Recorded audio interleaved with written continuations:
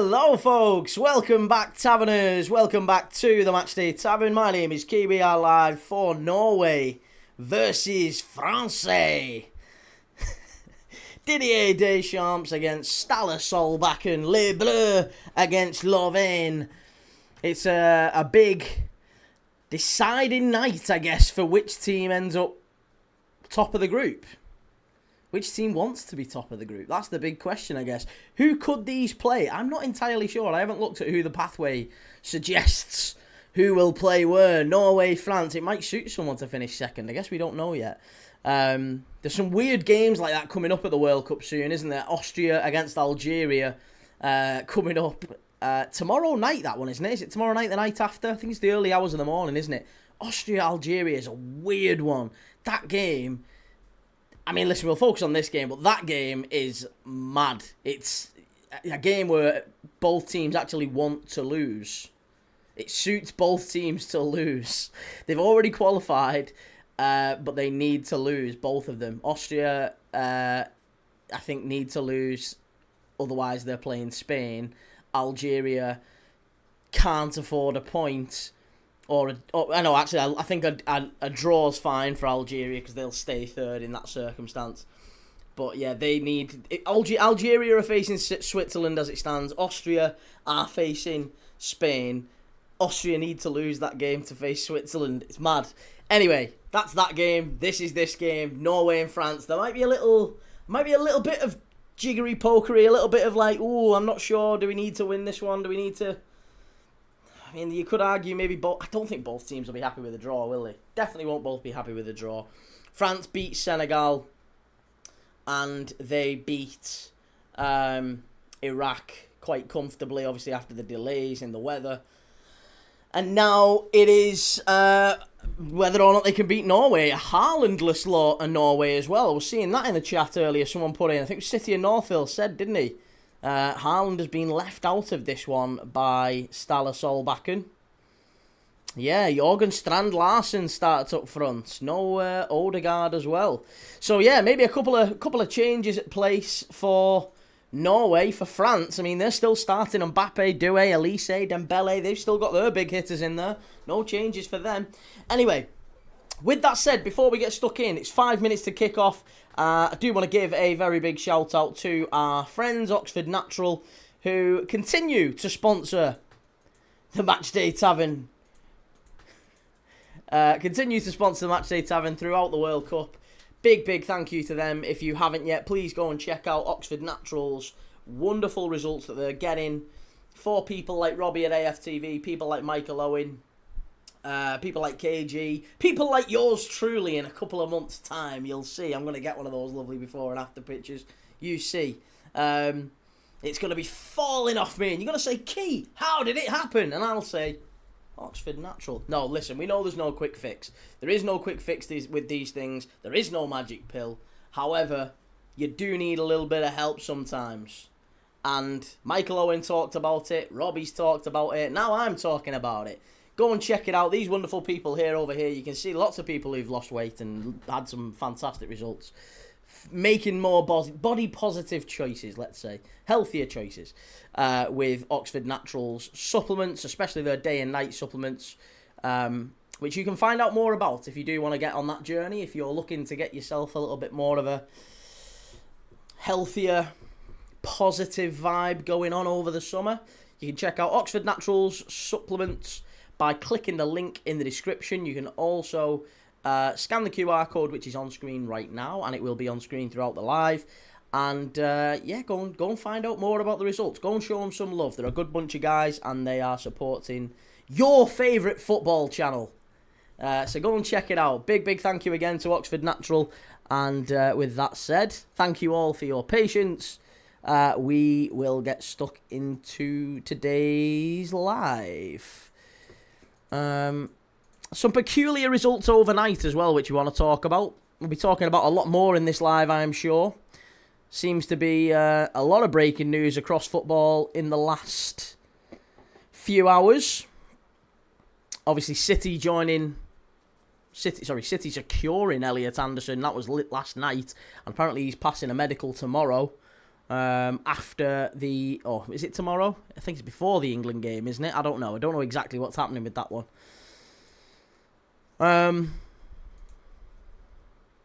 But we are 2 minutes away from kickoff. This one is live on ITV1.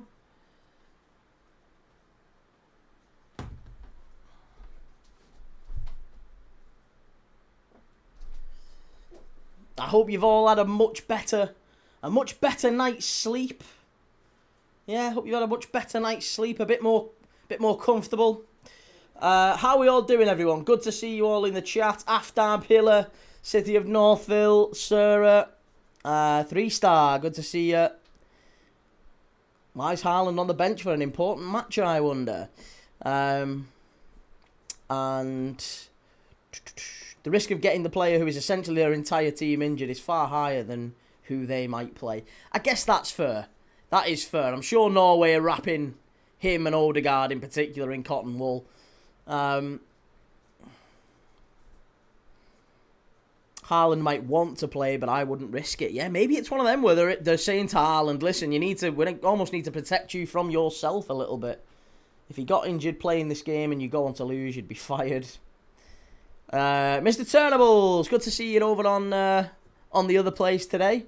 Anfield Cop says Norway was afraid of the banter if they lost to France with their preferred 11. And Ben, afternoon everyone, get him in key. Mine's a pint of Madry and Welsh will just have a coke. He's got a quiz to do. Good lad. Anderson's doing his medical today, supposedly, Ethan. Oh, okay, right. How's it going, Shahid?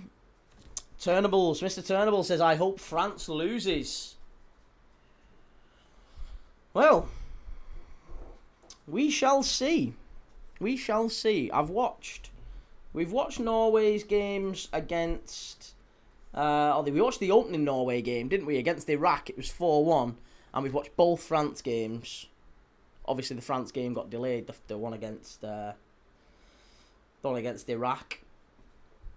And Senegal versus Iraq is being played at the same time of this one. Now, that one does have an awful lot to ride on it. That one absolutely does have an awful lot riding on it. If you don't... Oh, come on. Yeah, if Senegal don't win that one, then they are done. They are absolutely done.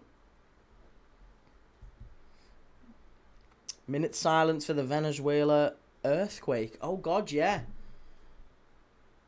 Is that what they've just had, a minute silence? I thought they were still doing the national anthems and everything. To be fair, I wasn't really paying attention, and I've not got the audio on. But yes, absolutely, due respects to those lost. Another bloody earthquake. Ben, who's farted on your pillow, got pink eye, lad. Do you know what it is, mate? I've got really bad tree pollen allergies on my left eye here. Oh, it's been grim. It's been absolutely grim. Yeah, it's no pink eye. It is just me rubbing my left eye mega bad because of, these allergies. It's been well bad.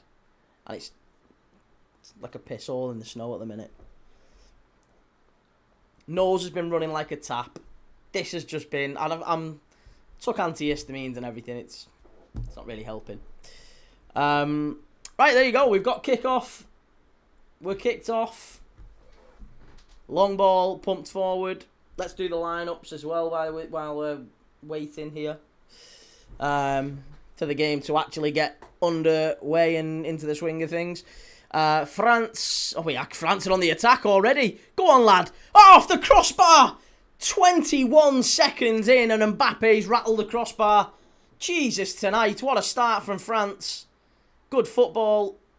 Mbappe into the channel and then smashes it off the crossbar. Oh, that would have been a fast start. That would have been a very fast start. How's it going, Alex? Swifty says, birch trees get me, but not too bad. That's the only thing that tends to wipe me out. Yeah, tree pollen. Tree pollen. As soon as tree pollen hits... My missus came to drop something off earlier and she was like, what's up with your eye? And I was like, oh, just, honestly, mad. She was like, are you feeling fluey? Are you unwell? I was like, no, it really is just the tree pollen. Tree pollen has hit. We'll keep an update on Senegal and Iraq as well, by the way. That one's a huge game for Senegal. They've gone with Mbaye, Kamara, Mane and Ismail Assar starting up front. Again, odd choice for them to rest. Very odd choice for them to rest. Maybe it's not resting. Maybe it's rotating. But they've took Koulibaly out. They've took Nicholas Jackson out. They've took Mambiram Diouf out. They've took Malang Sarr out. They've took Edouard Mendy out. There's a fair few changes there for Senegal. CD1, I need a Haaland goal. Oh, well, I mean, maybe that gets voided then if he doesn't even come on the pitch, all right? So that's... You might be okay. You might be all right in the end.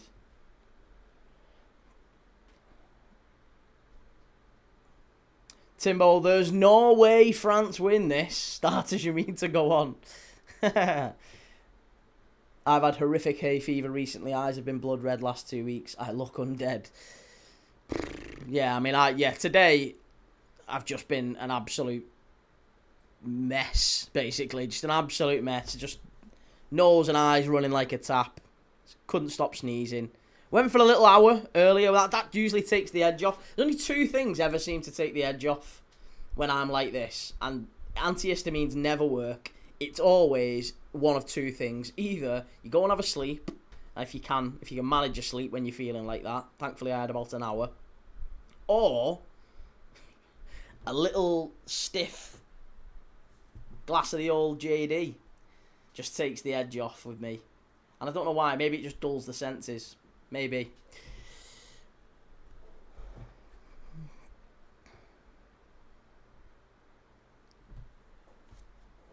How are you, sir? Have you had a good day, bar hay fever? I have, yes.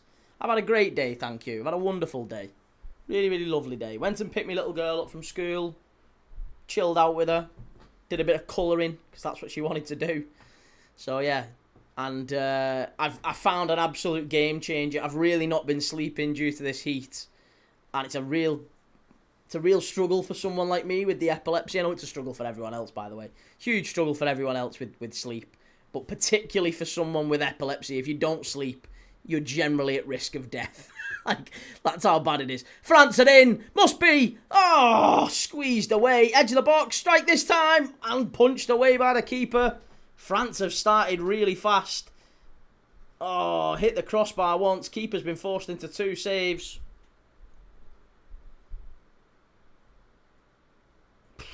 Unlucky. Better from Kone, that one. Sir, with hay fever tablets, you need to start taking when the season starts. Senegal are in front against Iraq. Hey! Results. Who scored that one? Let's go live to Chris Kamara. Who scored for Senegal against Iraq? It's Sek. Abdoulaye Sek of Maccabi Haifa in Israel. He's a defender.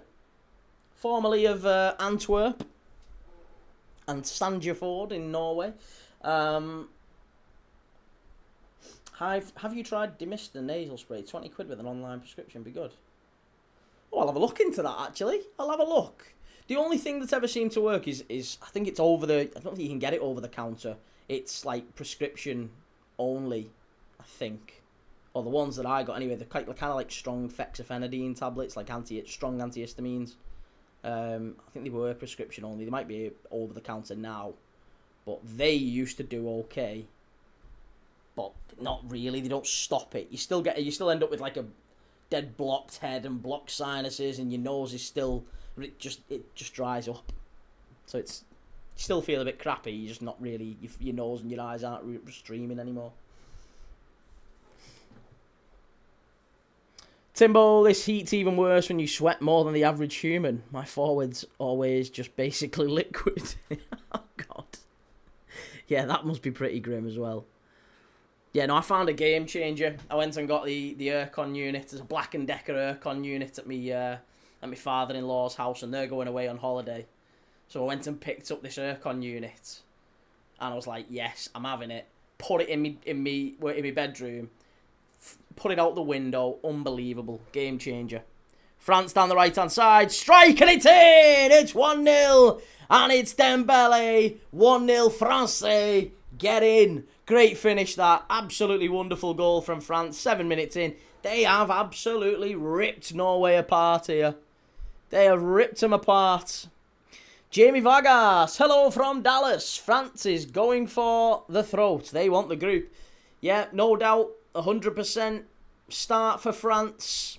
Dominated Iraq in the last game. I thought they were quite fortunate against Senegal. It was a bit of a slow start. Not a slow start here at all, though. They've been all over Norway. Already hit the post. Wonderful pass from Mbappe there out to Dembele. All the time in the world, Dembele drifting in from that right-hand side. Absolutely. Turns the fullback into knots there. Fullback has absolutely no chance, Bjorkan. And he just smashes it in the far corner past Selvik. And there it is.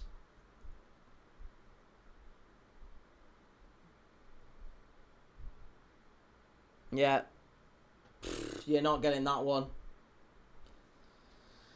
Egil Selvik, the Watford goalkeeper. Timbo, one of 3 Ballon d'Or contenders in France's attack. Score. How ridiculous of a sentence is that? It does just make it quite inevitable that they're going to win it, you would think. And yet, they're not everyone's immediate pick. Mbappe in again, wrestling with the defender. Oh, and he's stayed down there, Mbappe. No, he's getting back up. He's all right. He's okay. Another shot. They're absolutely peppering Selvik's goal here. Zeki63, what are your thoughts on Saliba's performances for Spain recently? Wasn't aware he'd played for Spain. Have you got pink eye? Well, not quite pink eye, no. I've had bad allergies, mate. Everyone coming in today is going to say, Key, why have you got pink eye? What have you been doing? What have you been doing? No, it's tree pollen, mate. Tree pollen's absolutely crippled me today. Norway's left-hand side, too leaky, said Mr. Turnables. My pick was Spain because I think they're the best team. France have the best individuals. Spain play the best football. I think that's all right. I think that's fair.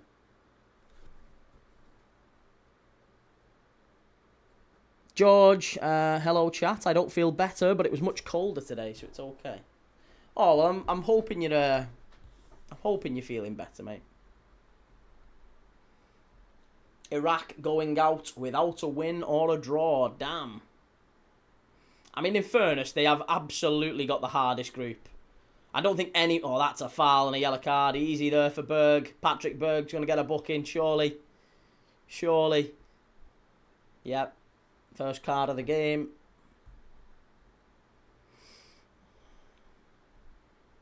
Shahid, I'm sticking with France to win the tournament since the beginning of the tournament. Yeah, it was a difficult group for Iraq. I think, listen, I'm quite interested to see how Cape Verde, Saudi Arabia get on this morning. Uruguay as well. Uruguay are in a bit of a crisis, aren't they? Obviously, Bielsa fell out with Luis Suarez. Luis Suarez is now subsequently retired. Fell out with Luis Suarez in the run-up to the tournament. It's been a disastrous tournament for them. Dropping points to Cape Verde, dropping points to Uruguay. They're now in a position where they need to beat Spain in the final group game. That's hellacious. Norway are in. Oh, I tell you what, that's a terrible bit of defending. No, shocking. Norway, they've had a shot at least, and Mike Manjan saves it, but Jorgen Strand Larsen's got to find his mate there. That's poor. Callum, I'll be up for Uruguay versus Spain. I don't know if I'll be... No, I'm not going to stream it, but I definitely will be awake for it. Yeah, I think I am going to watch Uruguay versus Spain, but I'm not going to stream it. I feel like a bag of crap, to be honest. Probably look like one, even more so than usual as well. Dembele, good pass, and Mbappe couldn't quite reach it. Good defending that time.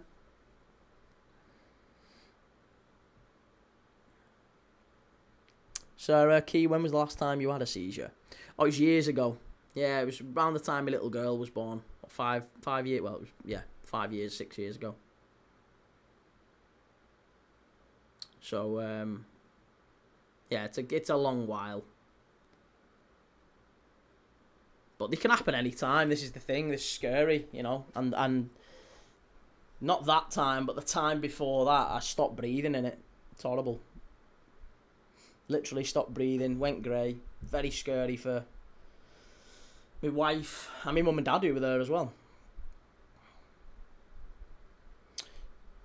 Lighten the mood though, Akey. Let's keep it light. Jamie Vargas, do you think when Zidane takes over France, he'll keep the French national team rolling? Do you think Zidane is going to take over? Is that what's happening?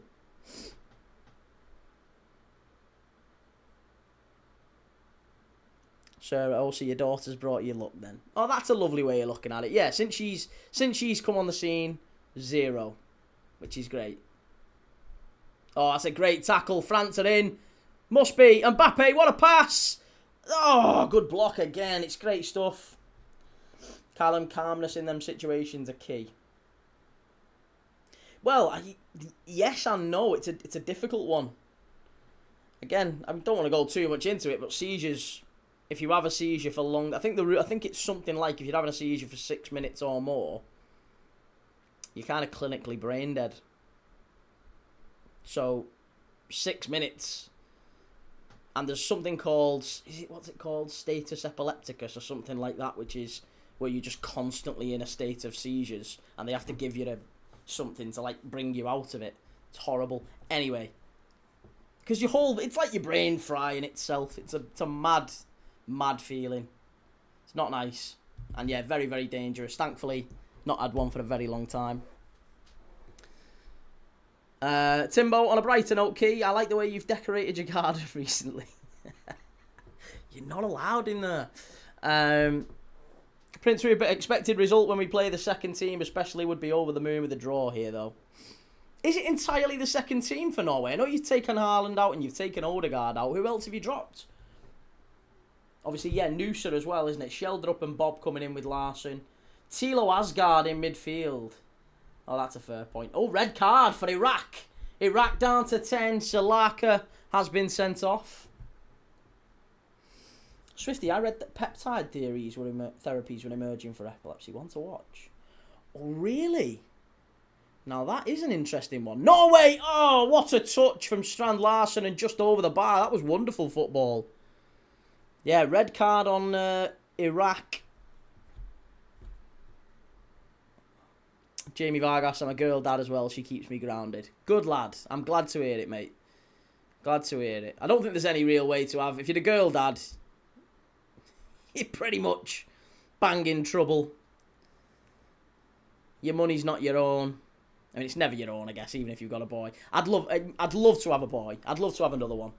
But you know what? At the end of the day, if you're blessed with healthy and happy kids, it's an absolute miracle. Best thing to ever happen to you. By a country mile.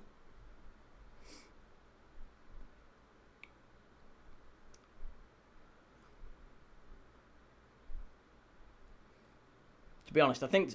I used to always want a little boy. And actually, I think I'm glad I've got a girl now. I think the way the world's going, it's almost easier to have girls than it is boys. It's tough having a son. Don't envy boy dads.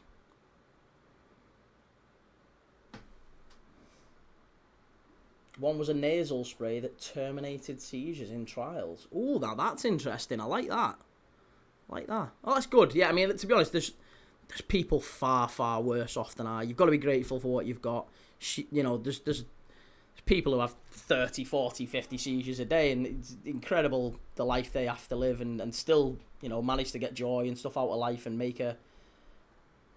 have a life, it takes it out of me.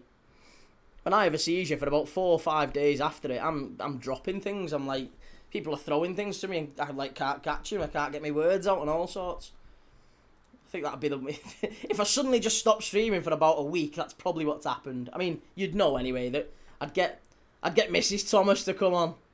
Mrs. Thomas will come on and debut. If I ever have a seizure and I'm still on the scene, she can pull a finger out for a change and do some work.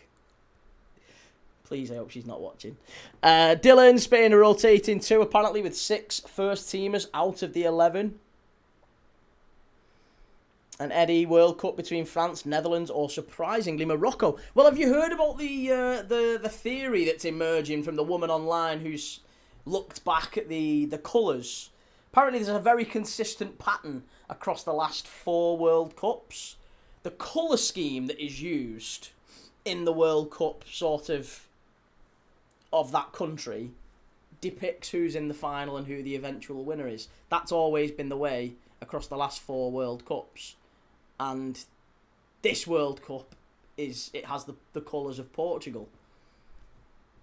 So Portugal, she's determined, according to this theory, which has proved correct across the last 4 World Cups, she's determined that it's Portugal. Obviously, there's a mathematician out there who said categorically that it's Netherlands. He's predicted the last 4 World Cup winners as well.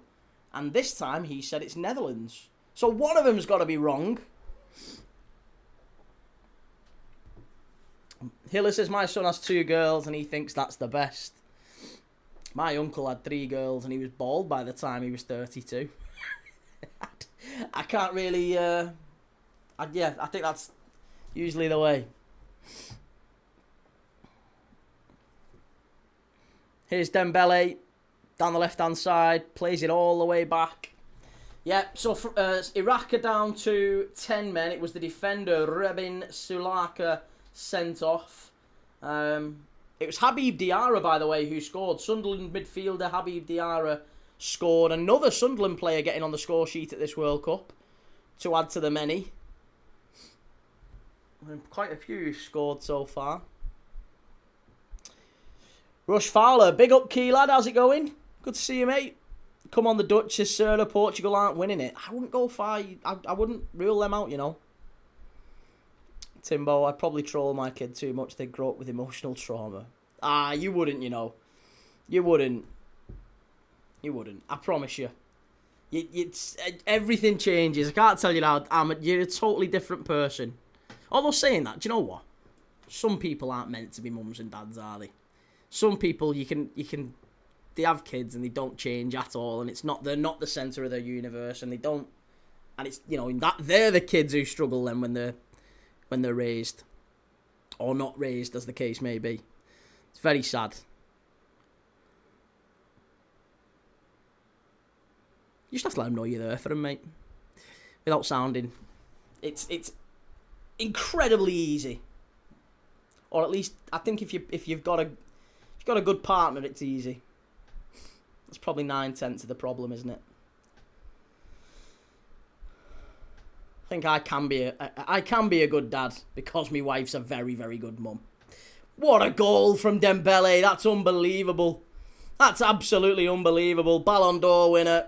Anything Mbappe can do, Usman can do too. What an unbelievable strike that is.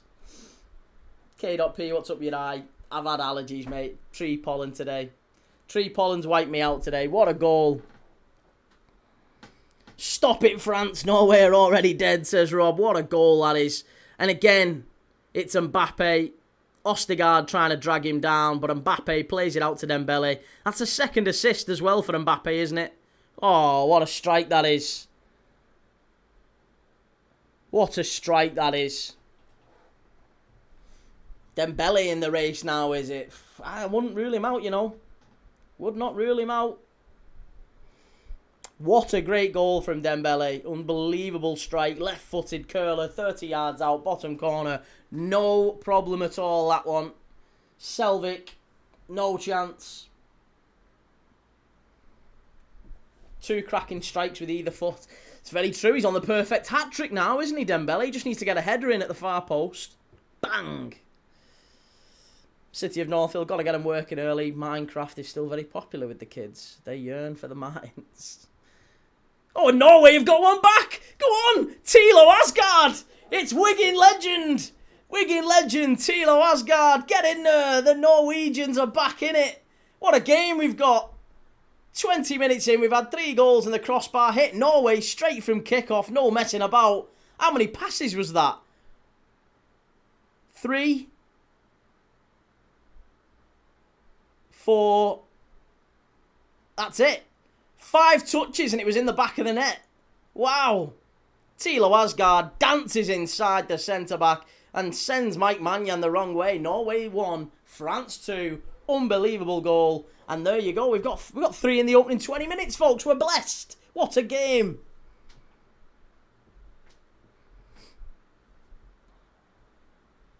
Fast start FC. Just need Senegal now to go and... Do you know what the annoying thing is? City of Northfield's just said, and all of this without the Viking. You just know Haaland's sitting on the bench fizzing, don't you? He's sitting on the bench going, get me into this game. There's been 3 goals in the opening 20 minutes. Get me in there. If there's 3 goals in 20 minutes, this game is open. Haaland will be thinking about the Ballon d'Or as well as the Golden Boot. It's gone behind. It's another corner on the far side.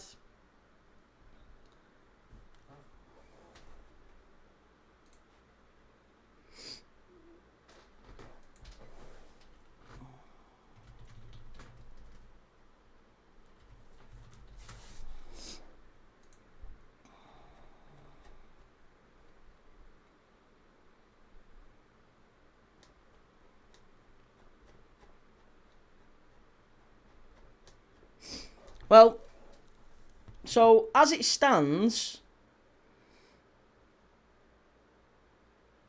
France again. Oh, the winner of Group I. As it stands, if France win, they will play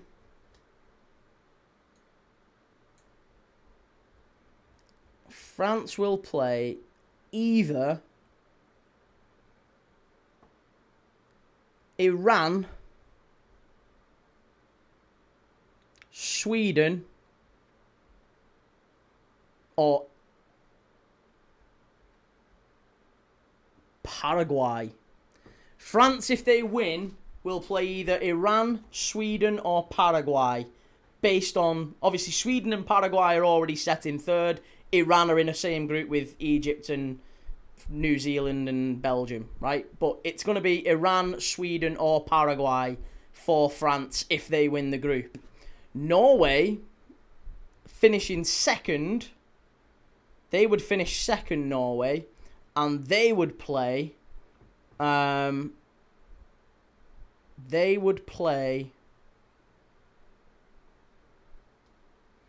runner-up of Group I? Oh, Ivory Coast. Ivory Coast, Norway. Now, that'll be a hell of a game, that. Ivory Coast, Norway. Sweden, Iran. Who was the other one I said? Sweden, Iran, or...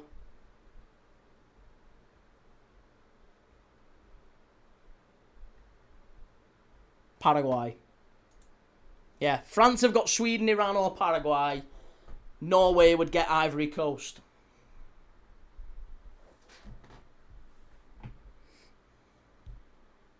Shahid, you picked the right game today, Key.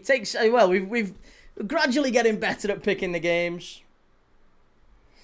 Tube you using says Haaland, own goal, loading. Key and chat, hope you're all good. Good to see you, Creed. How's it going, sir?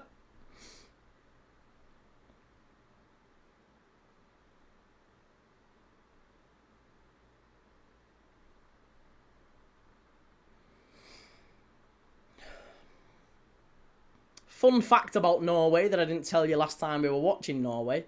There is a penguin at Edinburgh Zoo. Is it an emperor penguin? I don't know if it's an emperor penguin or a king penguin. I don't know. But there's a type of penguin at Edinburgh Zoo called Sir Nils Olaf. And he is a knighted brigadier of the Norwegian King's Guard. A knighted penguin. There you go. Prince Rupert, if we won the group and got Sweden, national derby in the World Cup. Yeah. Norway, Sweden, Scandinavia, derby. The first and probably last Scouser to score in the World Cup. Well, hey, if Curtis gets his move to Notts Forest, maybe he'll kick on. We might see Curtis at the next World Cup. If Trent comes back to Liverpool, if Tuchel finishes the England job. How's it going, Ryan?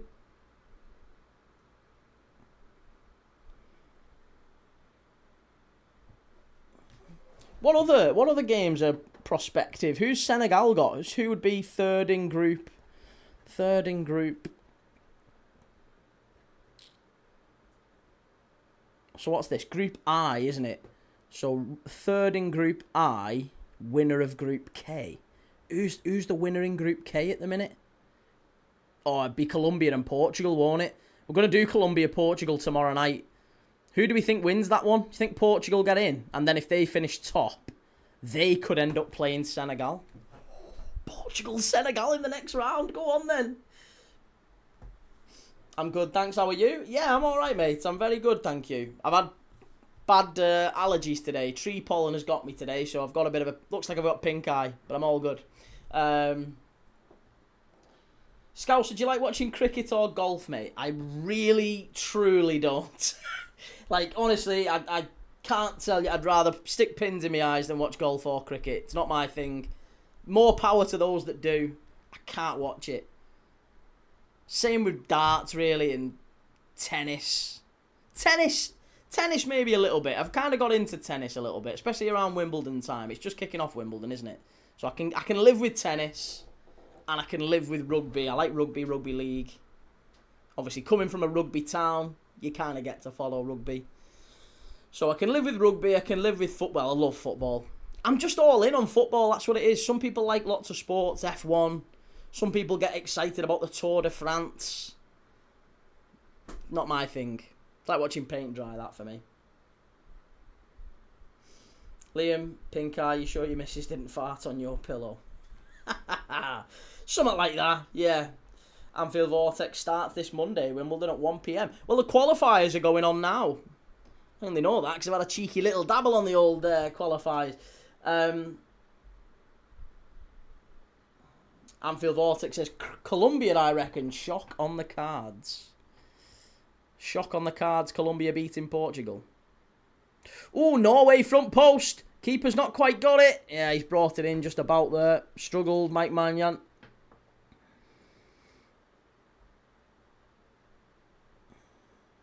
City of Northfield, did you get to catch that dagger Turkey got to bury into America at the last minute of injury time? I didn't know. I've not caught the goals for last night's games just yet. I need to.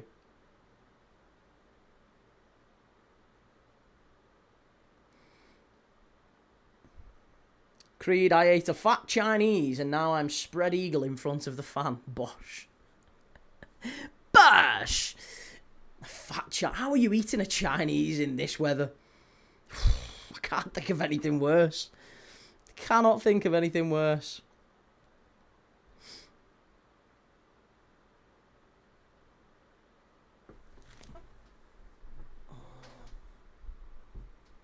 Jaden says 2 goals in 2 minutes. Crazy. Qualifiers start Sunday. South Africa, Canada. Yes, Sunday we'll be on to that one. Sunday night. South Africa against one of the hosts, Canada. Anfield Vortex in this World Cup. No one is safe. Makes for a more exciting competition, mate. And I've just had a Chinese too for tea. Nice. Lovely. It's nice. I'm not sure I could handle a Chinese in this heat. So, England currently top Group L. Obviously, they have to play Panama tomorrow. We're going to be doing that one. Assuming England do beat Panama, then they will finish top. Unless Ghana beat Croatia and Ghana would have to outscore England in the Panama game. So it is possible that England beat Panama, let's say 1-0. Ghana then beat Croatia 2-0 or 3-0. They would then finish ahead of England. They would top the group. And the winner of Group L, who would the winner of Group L play? Let's have a look. They would play third from Group E, I, J, or K. Who is Group E, I, J, or K? Third place team is going to be Ecuador, Senegal, Algeria, or Congo. Dr. Congo, yes. England looking like they might play Dr. Congo, Senegal, Ecuador, or Algeria. It's one of them anyway. Ecuador, isn't it? It's one of them. I don't know. It could be a few. Dylan says both teams to score first half and Dembele to score any points more than 2.5. Good lad. Everything's coming up, Millhouse. Eddie, in rugby, who would your favourite be between New Zealand and New Zealand All Blacks and the South African Springboks? I guess I'd probably prefer New Zealand just for no reason other than I grew up playing Jonah Lomu rugby, the game. Strike! Oh, it's 3! He's done it again! It's a hat-trick! Dembele, Hattie! Oh, he's wrapped it in the bottom corner. This is just all too simple for France. It's not fair, this. Dembele, Mbappe, and Elise as a front three. And Doué's... this isn't fair. This isn't fair. Norway have been very, very decent in this tournament. Yes, they conceded 2 against Senegal. Yes, they conceded against Iraq. But they've conceded 3 in the opening half hour here. He's onside, Dembele. It's a lovely pass. Takes it into his feet. Stands up the fullback. Oh, just a little shifts it a little half a yard inside and then left-footed. No chance. Bends it round Thilo Asgard and Ostigard. And Selvik in goal. Absolutely no chance. It's there.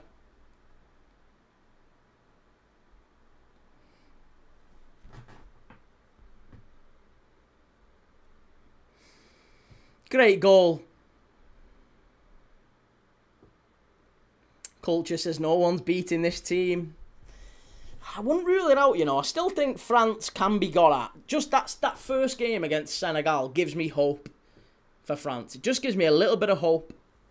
They're a cheat code in attack, but I think defensively they can be got at. The fact that Norway, with a fully rested side, by the way, made 5 touches and the ball was in the back of the France net, they do give up chances, France. They are a little bit vulnerable in midfield and defence, and the goalkeeper's a real problem. Mike Maignan is a problem for him. He's not a top goalkeeper, Mike Maignan. He really isn't. He's a problem. I think the centre-backs, questionable at times as a pairing. And that's obviously a big part due to the attack. Because the attackers maybe don't defend so rigorously, because the attack maybe they're almost kind of left, aren't they? They're almost kind of, you know, you guys stay up there, press, try and force errors, but the midfield and the defence, they have 6 back. It's kind of 2 teams, 6 and 4. They're like special teams, France, aren't they? You guys, anything past the halfway line, that's you. France are like Klopp's Liverpool. If you score, we'll score more. Yeah. It's a nice way of playing. At least for the neutral. Probably not so entertaining if you're a Frenchman. Or a French lady. I will just clarify that. Timbo says, Ballon d'Or for Dembele. Don't care if he played 5 league games. And Creed, if France win the World Cup, it's your fault, Key. Oh, don't say that. Everyone called us crazy for not signing Maignan. Even if he's better than Sanchez, he's not the answer. Well, you're going with Penders, aren't you? Chelsea playing Penders now for the rest of next season. That's a big call. I think Barcola is a better fit. He tracks back way more than Doué.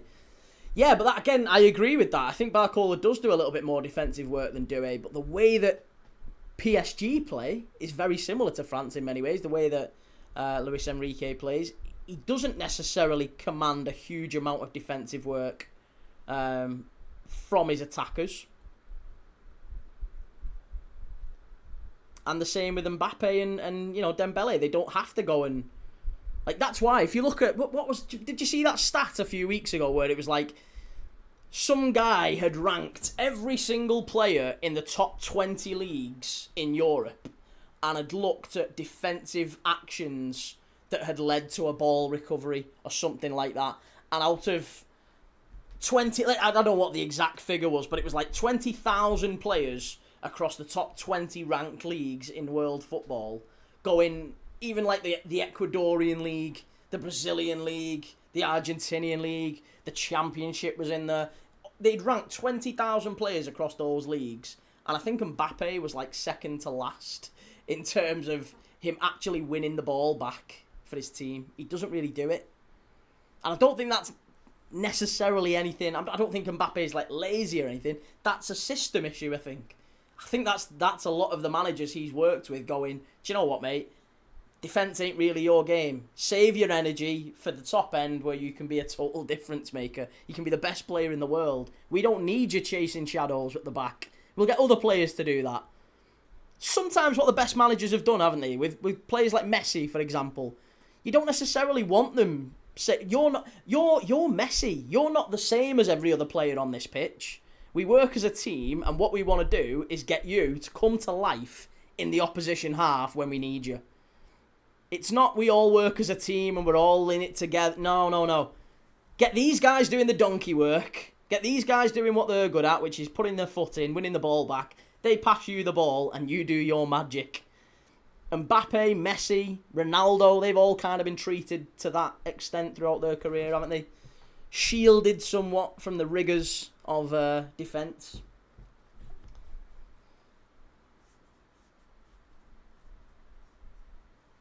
The culture says, why didn't they take Camavinga? Honestly, I couldn't tell you. Yeah, I couldn't tell you.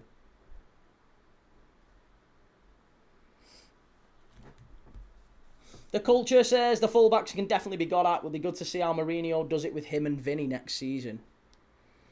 That's such a dangerous pairing up front, isn't it? Vinny and Mbappe, especially if they get someone like Salah. I still think Salah goes there. Timbo says, to be fair, there's no great keepers out there who are available. The only great keepers are at top clubs already.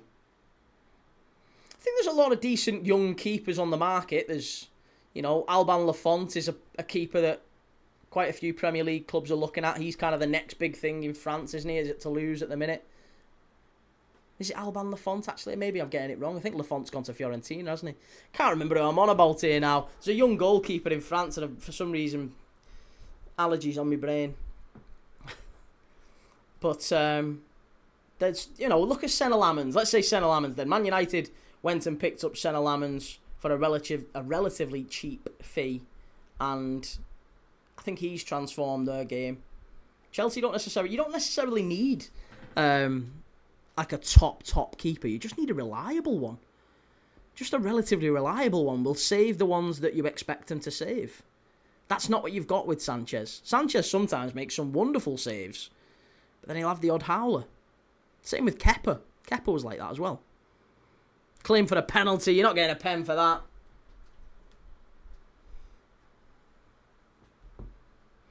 Chimey, how's it going? When I was striking for my school, my teammates didn't want me anywhere near the middle or defence.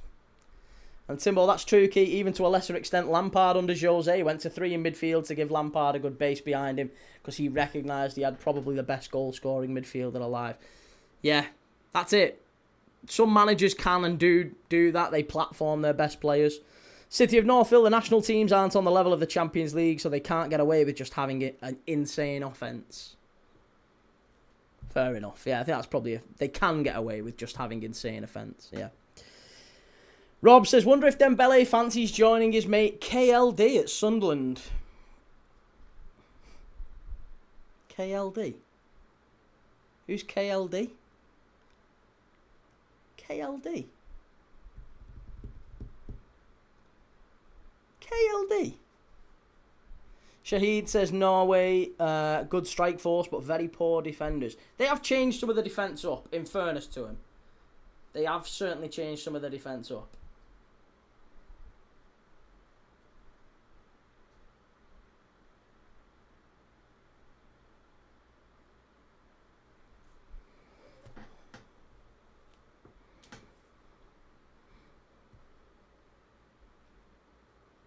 But yes, tomorrow we've got England-Panama, and we are going to be doing Colombia-Portugal in the early hours. So hopefully you'll join me for those two if you want to watch along with me for those games. I should be back on now. We're hitting the knockout stage. I'm really going to do a lot of the early... well, I'm doing all of the knockout games. All the knockout games. These final group stage games, a lot of them tend to be early hours of the morning. So I'm not sure if I'm going to be able to cover too many. But all of the knockout games I'm 100% on. Every single one of them. Maybe he meant ELF. Yeah, I thought he was going to say Enzo Lefebvre. Timbo says, under Maresca, Chelsea scored a lot of goals, regardless of what you think of our forwards individually. I think with Maresca, it was always just how he coached the team in moments. It always felt like he made odd decisions, Maresca. So I think tactically, that's the big thing for Maresca at City. Oh, what's he done? Oh, it's got to be a penalty, ref, is it? No. Selvik wins it back. Doué really should have made that 4. Dreadful defending from Norway, and that really should have been 4. Should have wrapped it up. Callum says Netherlands versus Morocco will be great after last night. I see Netherlands winning that one.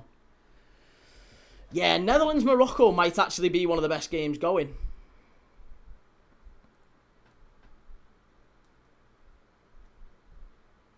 Rob says, no, not Enzo. Kirill Lewis Dreyfus, our owner.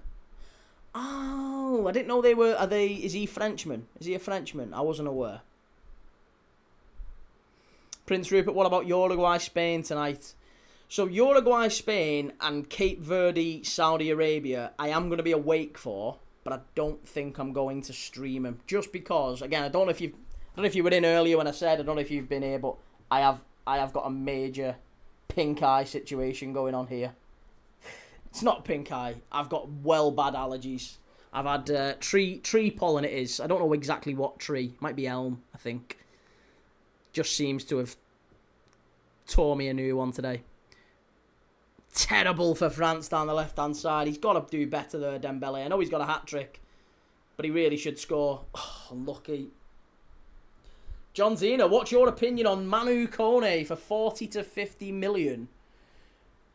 I mean, to who? I think it'd be a decent signing for like a Newcastle. Newcastle looking a little bit nervy at the minute. Obviously, Tonali being linked with Spurs. Bruno Guimaraes being linked with Arsenal. Yeah, that wasn't a penalty. It was a good save, that from Selvik.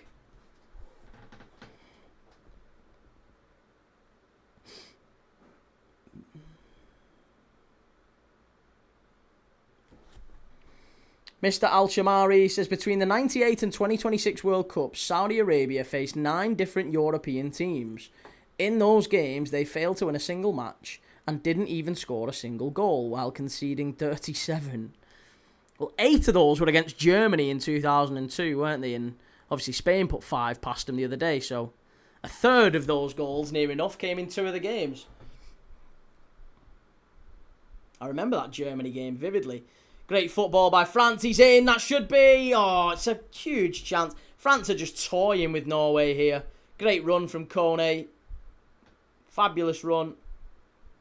Norway in real danger of getting the game running away from them here. This could be 5 or 6. It really could. It's an absolute battering. Newcastle have turned down the bid from Arsenal. Well, again, I'm sure they would. I think the thing is for Newcastle. So here's the question I would put to you guys, right? So imagine a world where if you're a Newcastle fan, right? Let's imagine for a moment. This is a horrific thought, but imagine you're a Newcastle fan, right? And let's say Arsenal put a bid in for Bruno Guimaraes, right? And Newcastle immediately accept that bid. I think you would feel a whole lot worse about it than if, let's say, Arsenal put a bid in and Newcastle rejected it. Arsenal put another bid in and Newcastle rejected it.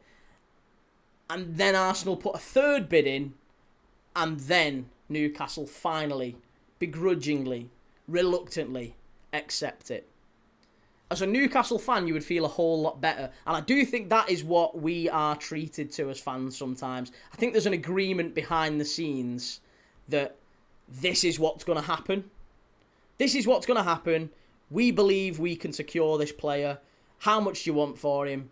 There's a very quick compromise done. I don't think negotiations are done in the way that we all see them on Sky Sports. Like a fax goes through with an official offer on letterheaded paper. I don't think it's like that.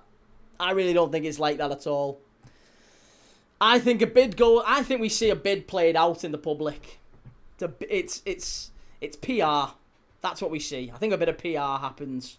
We see the clubs play it out so that the fans are almost placated. Let's call it placated.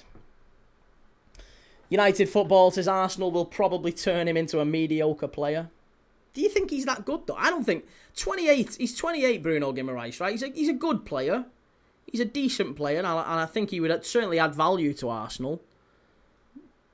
But, I mean, he's an upgrade on Zubimendi. I don't think there's a doubt about that. He's an upgrade on Zubimendi. He's an upgrade on Odegaard. But only a slight upgrade, and he's 28. So how much are you going to have to pay Newcastle for a 28-year-old Bruno Guimaraes? Musibat Legend says disappointing from Norway. John Zena says Bruno G going for 100 million. You're not going to get 100 million for Bruno.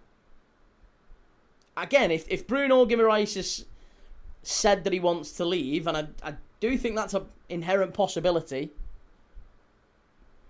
Jamie says Bruno G will complete their midfield. Bruno, Rice and Eze is a very, very good midfield, isn't it? Yeah, that's a very, very good midfield. Oh, that's not very nice, Jack. Come on, mate. Use your words. Use your words. Bruno G is bordering on top class for me. For a decent fee, I'd have him in a heartbeat. I know, but what's a decent fee? What is a decent fee for Bruno Guimaraes? He's a good player. Just not entirely sure he would be a brilliant signing for, let's say, 100 million. Would be a brilliant signing for 100 million. Yeah, that's nice, Jack.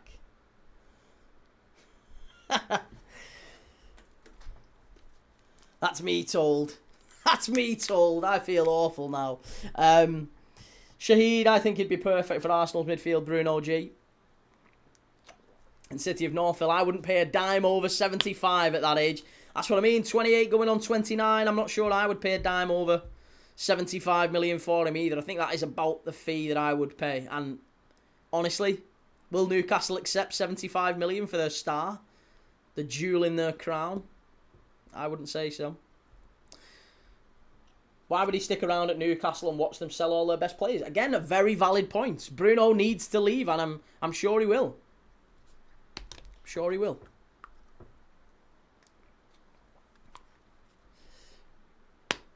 Rob has Xhaka let Bruno out of his pocket for the transfer to go through. Was last seen in December. And Ben says they'll probably only let him go if they get in the Metcha for 75 million. I mean, listen, if they do sell Tonali and Bruno and they get the best part of 160 million for the pair of them, let's say, maybe 170, who knows. If they do that, that's a lot of money for Newcastle to go and get 4, maybe even 5 players in, and that's a big, big change for their squad. Natalie, good to see you, Natalie. Bruno is worth 50 mil tops, especially when people think Anderson's worth 120, and yet only 100 for Morgan Rogers, who's younger and proven to be better. Proven to be better than who? Morgan Rogers is not really the same as Bruno, is he? And he's certainly not the same as Elliot Anderson. Elliot Anderson, deep lying, plays in front of the defence. Bruno Guimaraes also does that to some extent, but can play further forward as a bit more of a 10. Morgan Rogers is nearly always off the left-hand side. Morgan Rogers is more of a Cole Palmer, isn't he? More of a sort of drifting in from wide areas. We've got a half-time here now. Half-time. Norway 1, France 3. Mr. Turnables, what did they do with the money they got for Isak? Well, again, yeah, that's entirely a fair question. George, I didn't say we would win the Champions League and said... I don't know what you mean. What is Newcastle's plan? It's like a fire sale, but I've seen nothing on what the plan is to make them a viable side next season. That's why so many Newcastle fans are freaking out, I think. There's so many Newcastle fans freaking out about all this. So it just doesn't look like there's an awful lot at stake. Or it doesn't seem like there's an awful lot there for them to be excited about going into next season. Geordie Josh, the poor lad, said that he would give his season ticket up if Bruno goes. John, has Tchouaméni played well? He's done all right. Yeah, he's done okay. I think he's done all right.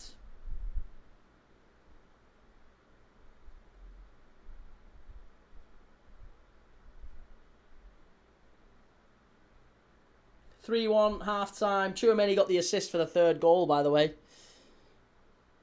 Oh, well, I'm finally back here. It's been so long. Good to see you, mate. How's it going? Charmy says this one's going to be 3-3 full-time. Spurs says, does Tonali go to Spurs and do they also get Fernandes? Again, 160 million quid for the pair of them. Would you do it? Would you do it? If you're Spurs, I think De Zerbi would love to do it, but is that Tonali and Matheus Fernandes? Does that get Spurs back in the top 6? I don't think Spurs are a million miles away from the top 6 next year, by the way. They finished 9 points off Europe in the end, even though they finished 17th and they were in a relegation battle for most of the season. When De Zerbi came in, there was a huge uplift. They have got players there, real quality, who didn't play most of the season. Maddison, Kulusevski, Kudus. There is certain quality there that I think would... If they'd have been there for most of the season, you'd have absolutely seen Spurs in the European race. So, with the right couple of players, I really do think Spurs will be in the Champions League places next year. Natalie, Bruno helped Newcastle get to outside the top 10, as did Anderson. Rodgers, yes, just on the left, but most Villa goals were due to him or McGinn, and he played nearly every game last season. No, I agree. Listen, I really like Rodgers. I like Rodgers. I just don't think you've got to be able to compare apples with apples. So I don't think Rodgers' price is necessarily reflective of, say, Elliot Anderson's price. There are other people in the market who do what Morgan Rodgers do, and I think that's why... I think some people might look at Morgan Rodgers and say 100 million, 110, 120, and they might go, ooh, that's a lot. Whereas Elliot Anderson, I think you'd look at him for whatever he went for 116 in the end, was it? 116 million? With no add-ons, by the way. So if Elliot Anderson goes for 116 million flat, I think you look at that and think there's not really many better options in the market in that specific position. There's not too many you could get for that value that's that young and that much of a guaranteed winner. Adam says, you say that about Rodgers, but being a Villa fan, when he does play behind the striker and breaks through a couple of challenges, he is, for me, in the better position, more dynamic. He can play left, he can play through the middle. He certainly can play as a 10. I guess what I'm saying is, he's not a comparison to Bruno, is he? So they are a different bunch of players. Bruno can play deeper or in the 10. Morgan is more of off the left. The vast majority of the games he's played for Villa have been off the left. I think Tuchel does like him in the 10, and I think Emery does like him in the 10. Maybe his future is in the 10. But he's not... He's better drifting in off that left-hand side, I think. Rotating with McGinn and Buendia. Sarah says, Anderson isn't worth 116 million. Why? Why don't you think he's worth 116? I'm shocked by how many people were shocked by that fee. If you look back at the amount of... He's done everything that Declan Rice has done with West Ham. He is basically what Declan Rice was to West Ham when Arsenal signed him. Elliot and Rice has proven to be, I think, great value. Yeah. Timbo, Chelsea are a step down for Rodgers at the moment, but I wonder if we could attract him. A fit and firing Palmer and Rodgers as wide 10s in a 3-4-3. Imagine. It would be very good. Questionable whether or not you've got the ability to get rid of the amount of wingers you've got. I do wonder what the hell Alonso is going to do with all of the wingers he has now, because a lot of them don't fit, do they? Estevao, Garnacho, a lot of them just don't really fit Alonso's system. Key, did he win the Conference League? Who, Elliot Anderson? No, not that I'm aware of, mate. No, I don't think so. Big Shoes, no one is worth that. Why aren't they worth that? What makes you say they're not worth that? They are in football terms, of course they are. Of course they are. Natalie says, if you're Spurs, focus on your team playing cohesively. Kulusevski was out much of the season, but a great playmaker for them. Build around the team they have rather than bring newbies in and hope. I think adding more experience into the team is a smart move. Do you not think, from De Zerbi, to add some more experience in? If you look at the players that Spurs really benefited from last year, it was Palhinha.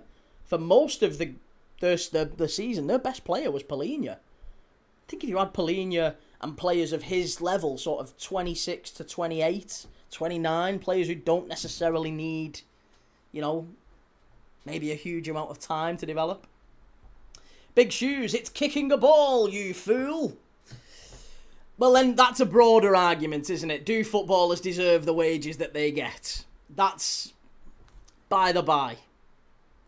I think we could all agree we would rather pay nurses and doctors and teachers, and society would be a whole lot better if teachers were paid the money that footballers are, and nurses and doctors. Yes, I absolutely agree. We can agree on that, of course. But in terms of football, I think there's a very clear valuation on players, and it's fine to talk about that without also simultaneously arguing they're not worth it, NHS should get the money. It's not a political statement, mate. I'm just saying, quite clearly, I think he is worth that money.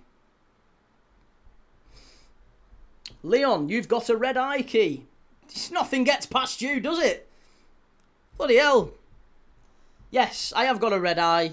I've had very bad allergies today. Tree pollen has got me. It looks like I've got pink eye. I haven't got pink eye. I've just got really, really bad allergies. I've had my nose running all day. My eyes have been streaming. Mainly this eye, to be honest. But yes, I'm all good. Timbo says Rice was better at West Ham 100%. Don't like praising Arsenal players, with Rice is just as good for West Ham in his last 3 years as he's been at Arsenal. But do you know what? Elliot Anderson, I think, has been a game changer for Forest. I think he's been terrific. And if the market's increased by 10 million quid, I think that's a comparable. All right, well, let's say Caicedo at Brighton. Caicedo at Brighton was 110 million quid. Or was he 115, actually? I can't remember exactly what he went for in the end. I think Caicedo at Brighton, Declan Rice at West Ham, Elliot Anderson at Forest. You're putting him in that bracket. He's in there with them. He's 100% in there with them. Rob, quiz time. It's not even worth it. We've skipped the quiz. We've talked through it. Andy says Anderson is a brilliant player, but 116 million, it's a huge risk. The pressure on him now will be huge. Same was said with most players who went for big fees. Even going back to... And some players live up to it. Some players don't.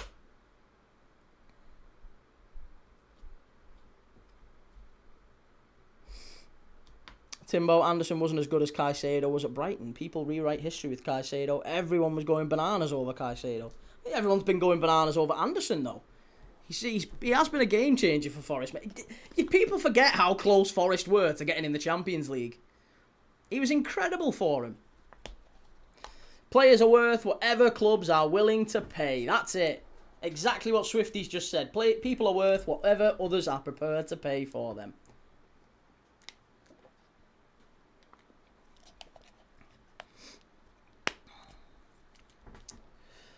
Eddie, although Arsenal won the league, they don't have that player pulling power. I don't know, I think Arsenal could sign, but I do think they've probably got some financial considerations. Arsenal, they've done well in recent years in terms of picking up prize money and things like that. But I do think they've probably got some financial considerations. I don't see them spending the sort of money that they've been spending consistently over the last 5-6 years under Arteta. I don't think they spend it again this summer. They're not going to be able to spend that sort of money unless they move on a lot of players, and maybe they do. Maybe they get some. I don't know. Depends on how many people they bring in for Odegaard, or how much they get in for Odegaard, how much they might get for. For a few others, to be honest. I don't know. Depends who they're going to move on. Eddie. Sorry, we've done that one. Sorry. City of Northville, I am bitter about Elliot Anderson going to City. United really needed him and wouldn't pay that crazy price. I just hate seeing the rich get richer at City. You'd think I'd be used to it by now. That's fair. That's very fair. Mike says, key, one player to watch next season is Quenda. Mark my words. Quenda, we've seen it. Again, I'm not sure he's a great fit for Xabi Alonso either. I'm not sure he's a fantastic fit for him. Mr. Turnbull says Arsenal will move on Fabio Vieira, Gabriel Jesus, Trossard's end of his contract though, isn't he? Trossard's end of contract, so that'll be nothing. Gabriel Jesus, is he end of contract? Either way, you're not going to get massive money for Vieira, Gabriel Jesus and Trossard. You might be talking maybe 30, 40 million for the lot of them. Combined, I mean. Timbo, I agree. Anderson's been brilliant. Rice, though, for West Ham, who also finished 6th, was by far and away their best player. There's an argument that Anderson wasn't Forest's. There's certainly an argument. Like I said, I just think if your job, Timbo, let's say you were Elliot Anderson's agent, or you were Mr. Marinakis, let's say you're Timbo Marinakis for the day, right? And your job is to value Elliot Anderson. What transfer fees would you be looking at and saying, if they went for that much, he is worth X, right? They went for Y, he's worth X. Which deals would you be pointing at? You'd look at Caicedo from Brighton to Chelsea, and you'd definitely look at Declan Rice from West Ham to Arsenal. Those are the two comparables, players in his position, Premier League club to Premier League club, absolutely guaranteed. They are the two you'd point to, and they were both 100 million plus. Elliot Anderson is 1,000,000% 100 million plus.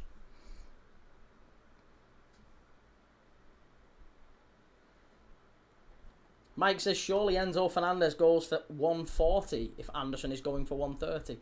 He's not gone for 130, he's gone for 116. 116 is the magical number for Elliot Anderson, and I don't think Enzo Fernandez goes for that. A very good player, though he is. Natalie says, honestly, I'd be excited to just see Villa sign Harry Wilson, and maybe a young striker to learn from Tammy and Watkins for the future. Emery will work wizardry in the Champions League again, no doubt. The thing is with Villa, I mean, Harry Wilson's already joined Leeds. I'm not sure if you're aware of this. Harry Wilson, I think that's a good signing for Leeds, isn't it? Harry Wilson joining Leeds. I like that. But yeah, I agree. I think Villa do need a couple of signings to be able to... I think the big trick for Villa is, can they compete in the Champions League while also competing in the top 4, top 5 race? That's going to be the big thing. Mike says Chelsea will not sell Enzo Fernandez for less than 140. Real have the money and are desperate. They're not desperate. Why are they desperate for Enzo Fernandez? They're not desperate for Enzo Fernandez. I think there's better... 140? No, they're not paying 140 for Enzo Fernandez. At best, Chelsea will get their money back for Enzo Fernandez. They're not paying 140 for him. He's not that good. There's better players they could get. And also, let's be honest, I don't really see him... Where does he fit in? He's not going to displace Bellingham. He's not going to displace Valverde. Maybe they move Camavinga on. But I don't think he's better than Tchouaméni. Because you can't play... You'd play probably Valverde, Tchouaméni and Bellingham. So Enzo, I don't even think Enzo starts. 140 million.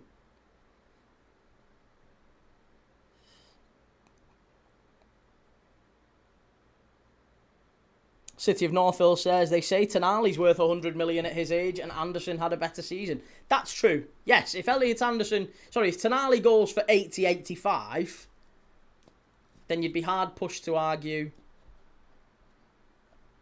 Elliot Anderson's not 100 mil.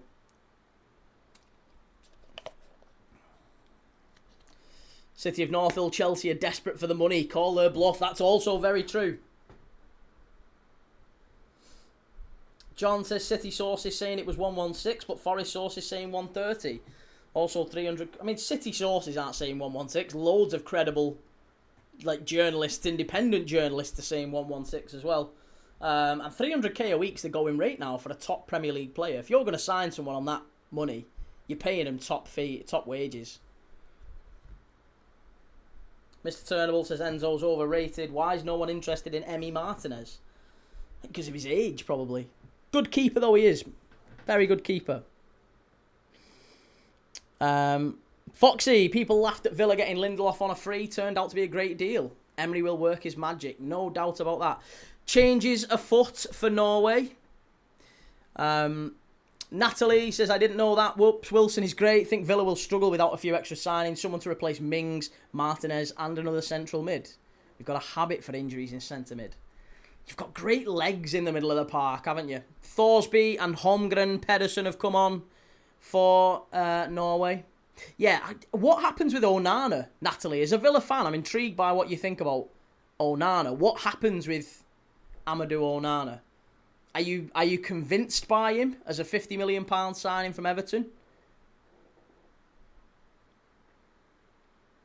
Matty, good to see you. Timbo says, to be fair, you're saying Enzo isn't worth 140 because he wouldn't start for Madrid, but those midfielders you named probably wouldn't be worth the same. Would probably be worth the same amount. Well, yeah, but what I'm saying is, if it's specifically Madrid who are buying him, then they're not going to pay 140 for a player who doesn't start ahead of him, are they? Natalie says Tonali could be worth that unless he gets banned again, of course. And Shahid, Villa had a great season, got Champions League football, did well. Natalie. Martinez is a great keeper, but he doesn't always turn up. And let's be honest, he seems to be a bit of a tit. All goalkeepers are mad. All top goalkeepers certainly are mad. Last picked in school. There's something not quite right with goalkeepers. That's always been the old adage, hasn't it? They've never nothing quite right upstairs. You've got to be a bit wacky to be a goalkeeper. Bruce Grobbelaar, Oliver Kahn, some of the best goalkeepers ever have been a bit mad. Jose Luis Chilavert. Schmeichel was a bit mad, wasn't he? Right, we're off for the second half here. Might change my name legally to Timbo Marinakis.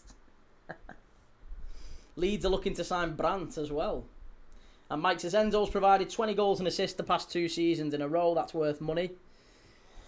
It is, but it's not worth 140 million in the current market. And it certainly isn't worth it to a Real Madrid side who don't need him. I think they'd like him, but I don't think they need him. And it would be very much dependent on Chelsea's appetite to sell and Enzo Fernandez's appetite to leave. If he wants to leave, Chelsea want to sell, they'll probably get their money back for Enzo Fernandez. That'll be about it.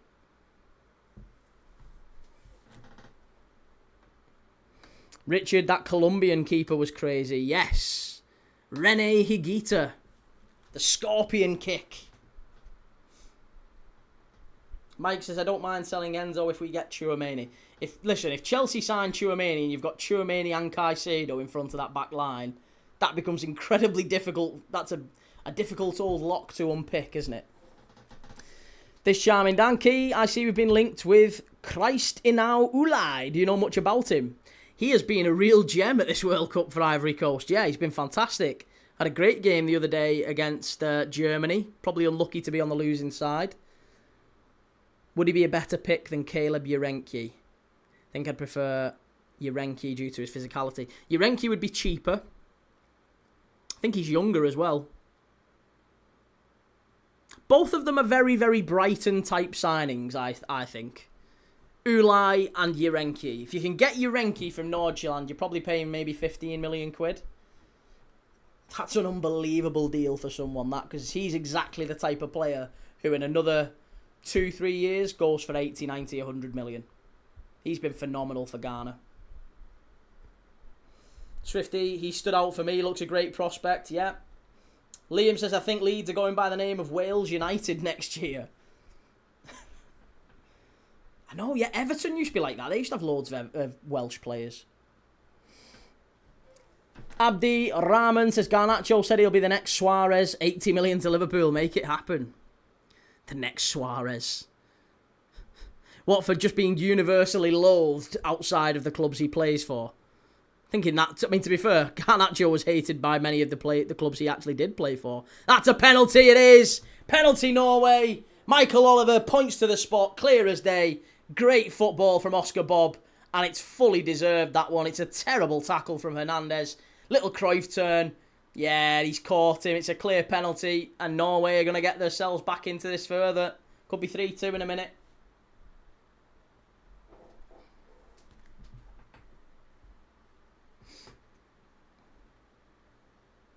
Shahid says Andre Onana could be loaned out to Walsall. Walsall? Where's that come from? Foxy says crazy keepers if we're talking Jorge Campos and Chilavert. Or George Campos, rather. Natalie, all about the keeper in USA 94 with that scorpion kick. I think he was Colombian with the crazy hair. Yeah, it was Rene Higuita, that one. Rene Higuita for Colombia. Jose Luis Chilavert's another one. Hernandez with the sharpness of someone playing in the Saudi Pro League. This French defence is so vulnerable. What did I say? What did I say earlier? Even before France were 2-0 up, I literally said as soon as they're vulnerable. They're still incredible. They're a great side going forward, but they are vulnerable defensively. We've been talking about this France team. They looked vulnerable against Senegal. If Senegal could finish, they would have won that game. They would have won that game, Senegal. And I'm telling you, if Haaland starts, Haaland and Odegaard, I think Norway win this one. It would have probably finished about 6-5. Would have been a great game for us to watch. I mean, this is a great game. Strand Larsen, right-footed. He saved it. Oh, my God. That's the problem. That is the problem for Norway. The drop-off in quality is seismic, isn't it? That's not a great save from Magnan. That is a terrible penalty. Oh, he scripted that. He might as well have pointed and said, I'm going to your right. Mike, I'm going to your right, and I'm going to basically tap it like chest height. Right? All you have to do is just shift. You can probably catch it. You can probably catch it. Terrible penalty. Absolutely shocking penalty, that from Strand Larsen. Palace got ripped off for 50 million.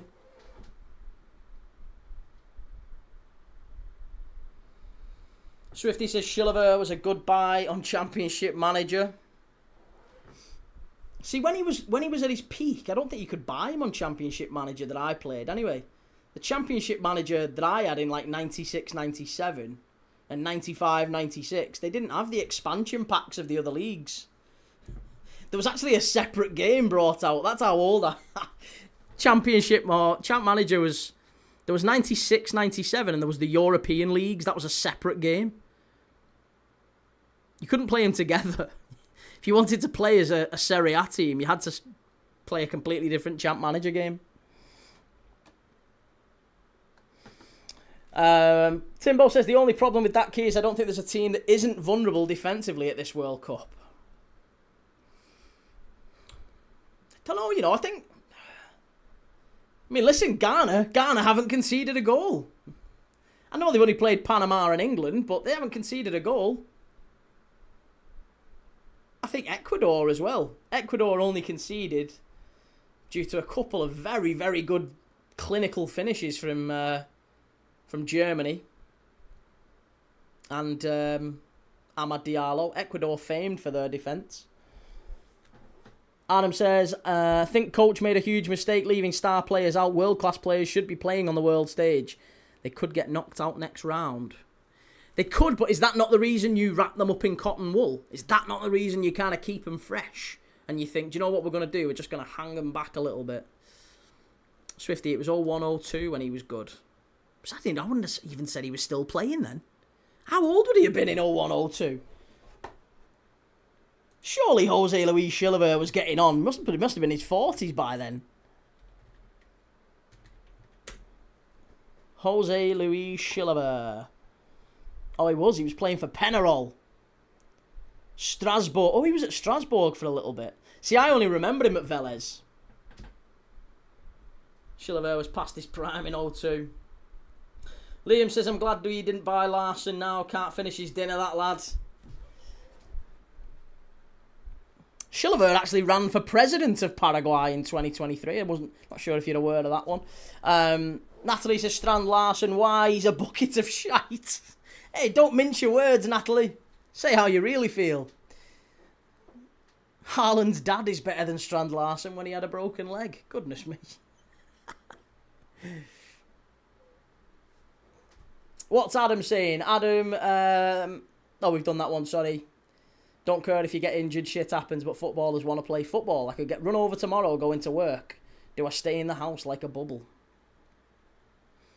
Sometimes you have to protect people from themselves, though, to a degree. I think if you Listen to footballers, they'd say they could play every minute of every game. Some players just hate being taken off the pitch. It's like majorly triggering, but they have to be told, listen, you're done, you come off. Otherwise, you keep playing more, you're going to get injuries.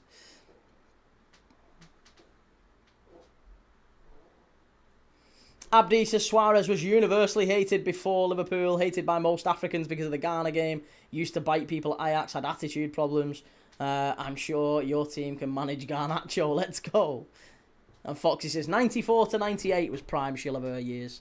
Yeah, 98 FIFA World Cup, he was absolutely at his best as far as I remember. Oh, what a surprise! Reece James out for England with a hamstring injury. Reece James to miss the next 2 England games as a minimum.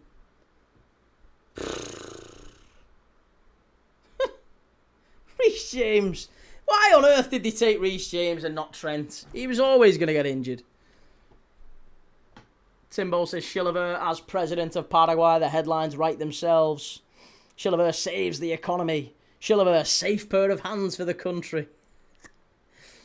Yeah. Howler from Jose Luis when he gets a policy wrong.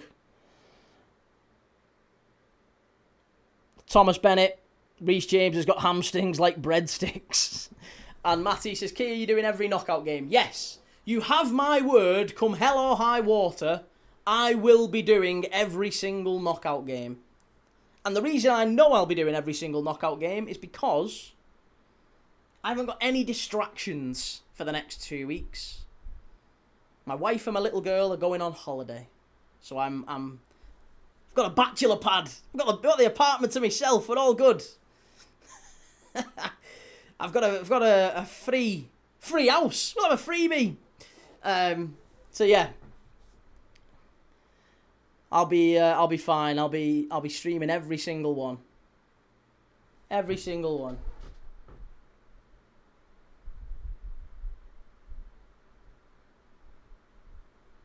Chilavert's the type of president to lead his soldiers personally into war. Yeah, I'll be right there with you, folks.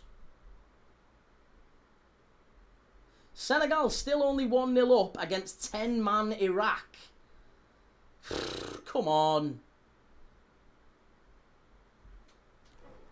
Party round keys. Invites by Facebook. Absolutely not. Risking injury in a nothing game and risking a chance to advance for the player wanting to play isn't going to be convincing. And Abdi Rahman says, Reece James got a call from Xabi Alonso, I'm sure. If you know, you know. There's Robert Pires. What a player he was back in the day.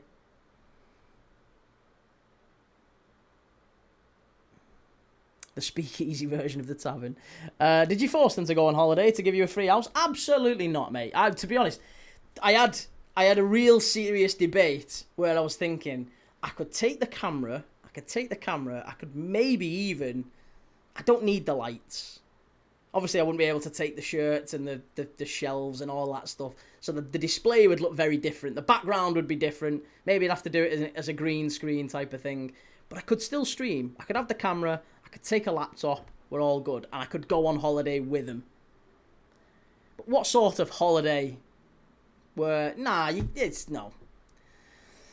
So they're gonna go. They're going doing their own thing. So I'm gonna chill here with you guys and watch the World Cup every single game.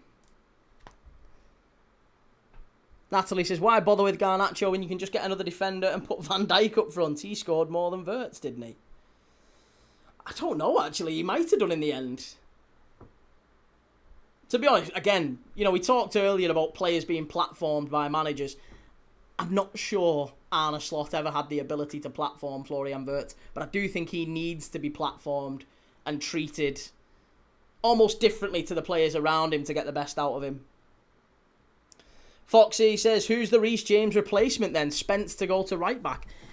I mean, possibly, yes. It might well be that we see that happen.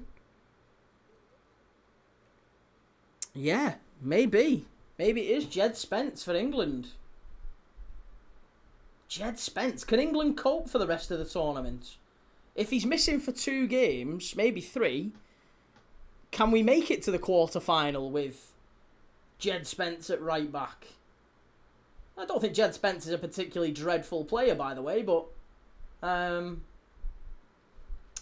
Chalobah has been brought into the squad. He could maybe play there.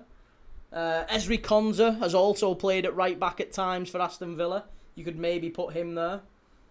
You could even possibly, put someone like Jordan Henderson there. Jordan Henderson has played at right back in his career. He'd do a job, but I think he'd struggle against faster wingers. You wouldn't want, Jordan Henderson up against a really pacey winger. I'd probably put Konsa right back if it was me. Yeah, I think I would be leaning more towards Konsa than Spence.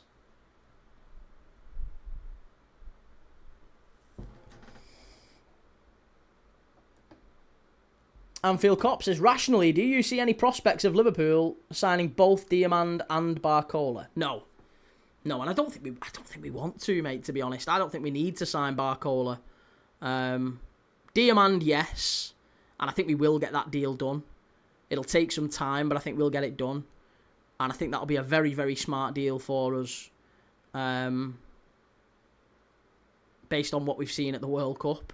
I think, to be honest, I've kind of had to reevaluate the whole Jan Diamand thing, because I said for most of last season when he was being linked with us, I liked him. I said he's a wonderful player. I've seen a lot of him at Leipzig, and I saw a little bit of him at Leganes as well. He was a talented player, but I just looked at it and thought, I think there's maybe better wingers out there. I'd almost want us to go and have a look and maybe have a look at a Barcola or a maybe even like a Cole Palmer. But obviously that was when we had Arne Slot, and we're maybe looking for a different type of player now. Jan Diamand, we definitely need wingers and with a bit of pace that will stay wide. Senegal have scored, have they? Is it 2? Hey, get in there! I had Senegal to win by 2 or more, and they are 2 up now. Ismail Assar sticks it in the back of the net. Lamine Camara, the target for Newcastle. The Monaco midfielder with the assist. Rob says, Konsa isn't quick enough to play right back against the likes of Dembele. That's a worry. Well, Dembele's right-sided, right? So it would be Doué or Elise, wouldn't it, on that side? Either way, Doué or Elise are maybe too fast for Konsa. But I agree. I get what you're saying. Yeah, Konsa's maybe not the fastest. Is Jed Spence good at... Jed Spence tends to play his best football at left back. I know he can play right back.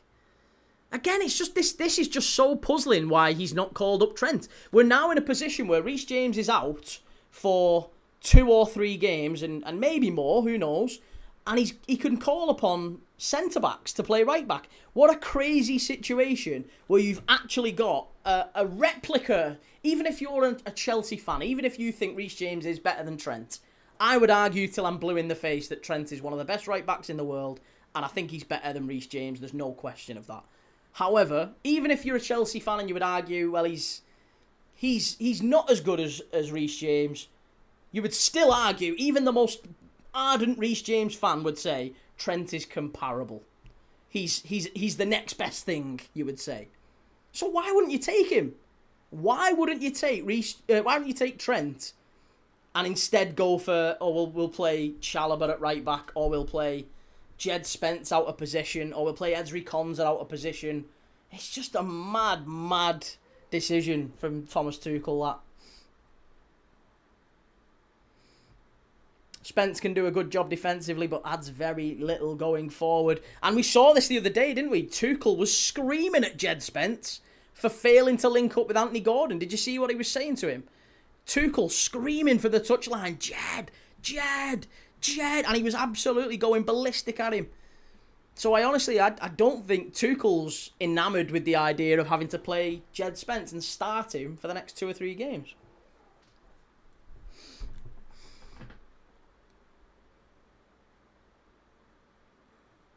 Matty says France and England aren't on the same side of the draw. Don't need to worry unless we get to the final.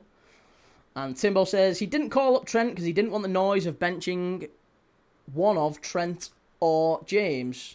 I saw the logic, but this is obviously the risk he took. Yeah, to me, this is just madness. I think you have to accept that if you bench him, then there's going to be some people who say, I don't think that was the right decision. The same with Bellingham. Oh, Mbappe's nicked it here. France driving forward, 3-on-3. Mbappe must be. Good block. Excellent defending from Norway.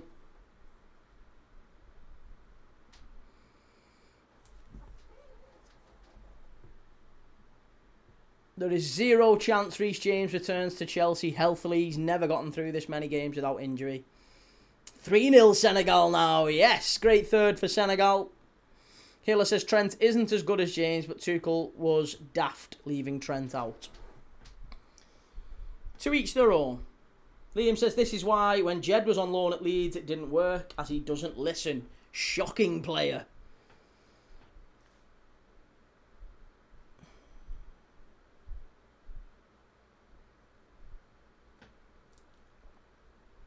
Prince Rupert says, get Haaland, Soloff and Odegaard on for the last half hour. Honestly, there's a chance here for Norway. If they really went at France, I think they could go and they could get back in this. They've missed a penalty. They've missed a couple of chances.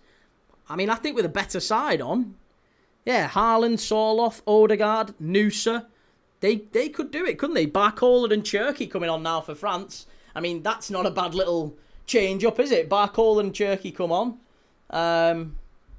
That might mean now that those players are... Well, I mean, obviously Dembele is going to be well rested. But France are still going for it, aren't they? Tuchel probably got too preoccupied with which backup would be happier on the bench rather than who's better on the pitch.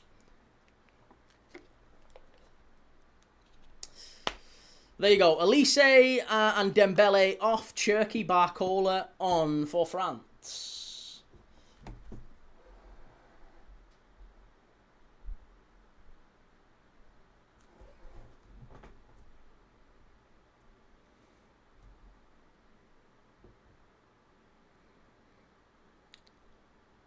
It's out for a goal kick to Norway.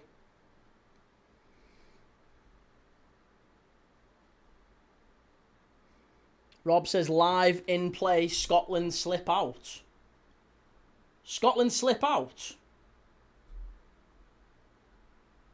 Scotland slip out?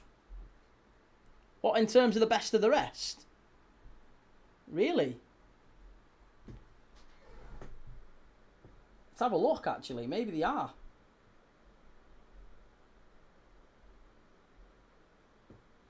Apparently Liverpool are now making an inquiry for Bruno Guimaraes. Oh my God, that would absolutely destroy those Newcastle fans. If ever there was something that really would put the cat amongst the pigeons, then Liverpool going in and buying Bruno Guimaraes. Oh my goodness me. Goodness gracious me. Liverpool make initial inquiry for Bruno Guimaraes. Yeah, Ben Jacobs saying that Liverpool have made an inquiry for Bruno.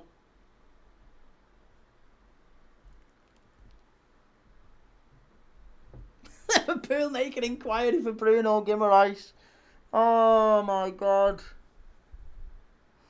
This is almost funny, isn't it? This is almost funny. Oh, poor Newcastle. We've literally took everyone off him. If we take Bruno Guimaraes off Newcastle, I feel so sorry for him.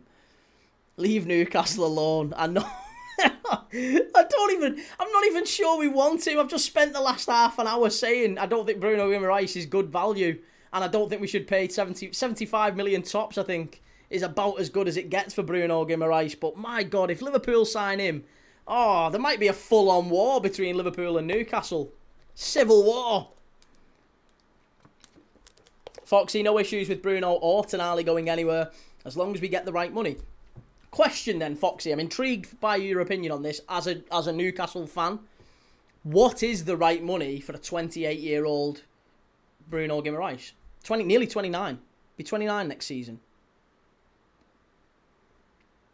Everyone can be replaced in this game, no doubt about that. This is exactly what happens to Newcastle. It's becoming a meme. Liverpool doing Newcastle dirty, Keith. It's like a comic book. It's like someone's written this. It's like a story. We'll have taken their best player off them 2 seasons running and all of their main targets in the transfer market just as they're about to sign them. We go and sign them. It's a joke, quite frankly. And it would be a really, really bad look. I think for Newcastle to sell to Liverpool specifically would have to cost more than if they were to sell to Arsenal. I don't know if you agree about this, Foxy. I just feel like, you know, Newcastle, just from a PR perspective, their fans would be annoyed. They would be really annoyed if they were to sell Bruno Guimaraes to Arsenal. They'd be disappointed. I think they would be apoplectic. Is that the right word? Apoplectic, whatever it is. I don't know why I tried such a big word without... That's not a big word, it's a complex word. They would be furious. Just go with furious. They would be absolutely raging, man. They'd be raging if they sold him to Liverpool for the same sort of fee.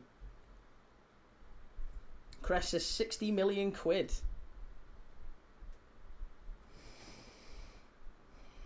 Natalie says Guimaraes is worth more than Isak, I'd imagine. Liverpool should have learned their lesson paying big money only for that player to play worse than Reece James. No, listen, Isak he never really played well. He never really played badly for Liverpool. He was just never available. The problem for us with Isak was he broke his leg just as he started getting going. Just as he started to get in the swing of things, he scored the winner against West Ham, winner against Southampton in the Cup, and then scored a wonderful winner against Tottenham and broke his leg in the process, and that was him done for the season, really. He never really came back.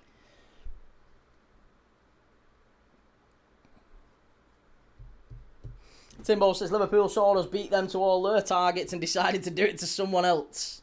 Hurt people. Exactly, yeah. That's true. I mean, to be fair, I feel like we kind of got the better end of that. Certainly with Lavia and a few of the others that you've got ahead of us in recent years. I've never really been too disappointed by anyone, maybe bar Caicedo. We still need a number 6. That's the irony. The irony is I remember that Caicedo chase. I remember it like it was yesterday, and we still haven't gone and got a replacement for him. We never got him. Bradley says, have you seen Garnacho's new haircut? I haven't, mate. No, what is it? What's it like? Has he gone blonde, super blonde? What's happened?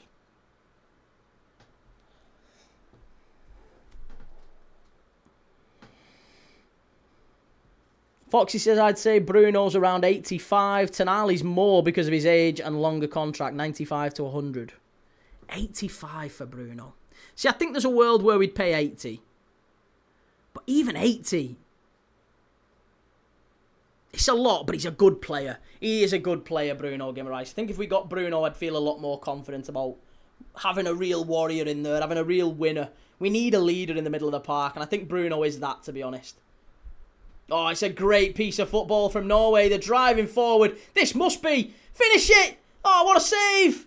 Oh, tell you what. They've had some chances, Norway. That should have been 3-3, really. Score the penalty. Stick that one in. It should have been 3-3. They've given France a good game here. It's been a good game, this. Really good game. Bradley says braids to near enough his shoulders. Braids? What, so he's gone like Barcola? Garnacho looking like Barcola.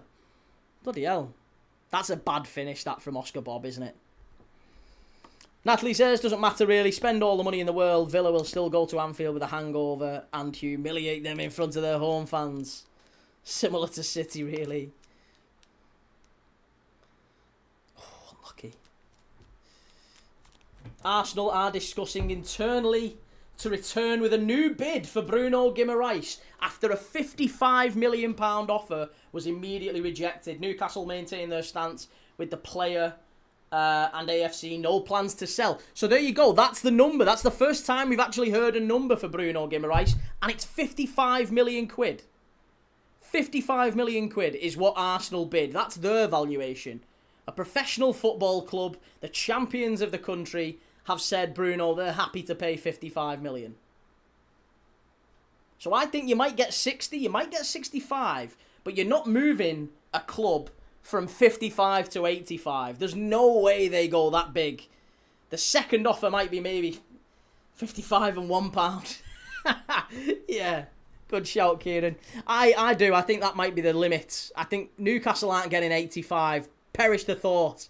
If teams are going to him with 55 million, you know, I think Bruno's probably going to go for around about the 65 million mark. And that feels right. I think if Liverpool went and got Bruno Guimaraes for 65 million, I'd be delighted with that. I think that's a really good move. That's a smart move in this market. A very smart move. Timbo, I'm very confident in my Norway quarter-final prediction. They've done well, haven't they, today? Given they're losing 3-1, Tchouaméni's just been booked. Kieran says 72 million. Sounds like a nice price tag. Again, that's a big increase. That's a very, very big increase. That's like a 30% increase, isn't it, on the original offer? I don't think you get a 30% increase on the original offer. But it's more than 30%, isn't it? This could be an all-time low transfer window for the Barcodes. Can it get worse for the Toon, to quote Big Mick? It can. Are Senegal getting through as things stand? Yes, Senegal will be through. Their 3 points against Iraq and their superior goal difference will make it so. They will be going through and they will play. We don't know yet who they'll play. I'm not entirely sure who they'll play. Norway could have easily drawn this without Haaland. I think if you just had Odegaard... Oh, here we go. Senegal 4, Iraq 0. They've wiped the floor with them. Thoughts on Leeds signing Harry Wilson? Very smart signing. Yeah, good signing, Harry Wilson. On a free. I thought he would... I mean, don't take this the wrong way, Liam. I hope I like Leeds. I think Danny Farker did a great job at the end of the season. I have to say, I thought he would go to a club maybe with European ambitions. Let's say that. I'm not saying a bigger club. That would be disrespectful. Upper Meccano's gone off. Canate has come on. Kieran says, should it be at a bigger club than Leeds? But that was the quiet part. I was trying to... You said the quiet part out loud there. I think I expected Harry Wilson to go to a team that's maybe in Europe or will be competing for Europe. I would have expected him to join maybe a Sunderland, maybe a Newcastle, maybe a Bournemouth, maybe even a Brentford. You know, just a team that is in and around those top places. Brighton, I think. Maybe Brighton doesn't make a lot of sense for Harry Wilson. They don't really sign that profile of player, do they? I am rather surprised, Harry Wilson to Leeds. Foxy says the fans would create a Kevin Keegan moment again when he sold Andy Cole. Newcastle are not letting Bruno leave on the cheap. There would literally be protests in the city. I feel like it would take him having to put a transfer request in. And, like, Foxy, you're an intelligent guy, and we've had conversations like of this nature in the past about other players. I don't believe Arsenal go to the well without believing Bruno wants them to come. Do you know what I mean? I honestly don't believe that offer even goes in unless there had been tentative discussions with Bruno beforehand. There would have been feelers put out, intermediaries having chats with Bruno. Are you up for leaving this summer? Arsenal are interested. Liverpool are interested, according to Ben Jacobs. I don't believe those offers go in, serious offers, actual offers, unless there is an interest from the player who wants to leave. And I suspect if Bruno and Tonali go, that's a hard sell for Newcastle. That's a really hard sell for Eddie Howe and for Newcastle to say, well, we're going to sell probably our two best players and we're going to go back and we're going to spend massive amounts to try and replace him. That's a huge, tough sell. Foxy says, Leeds is Harry Wilson's level. People got carried away with his stats rather than watching his overall season.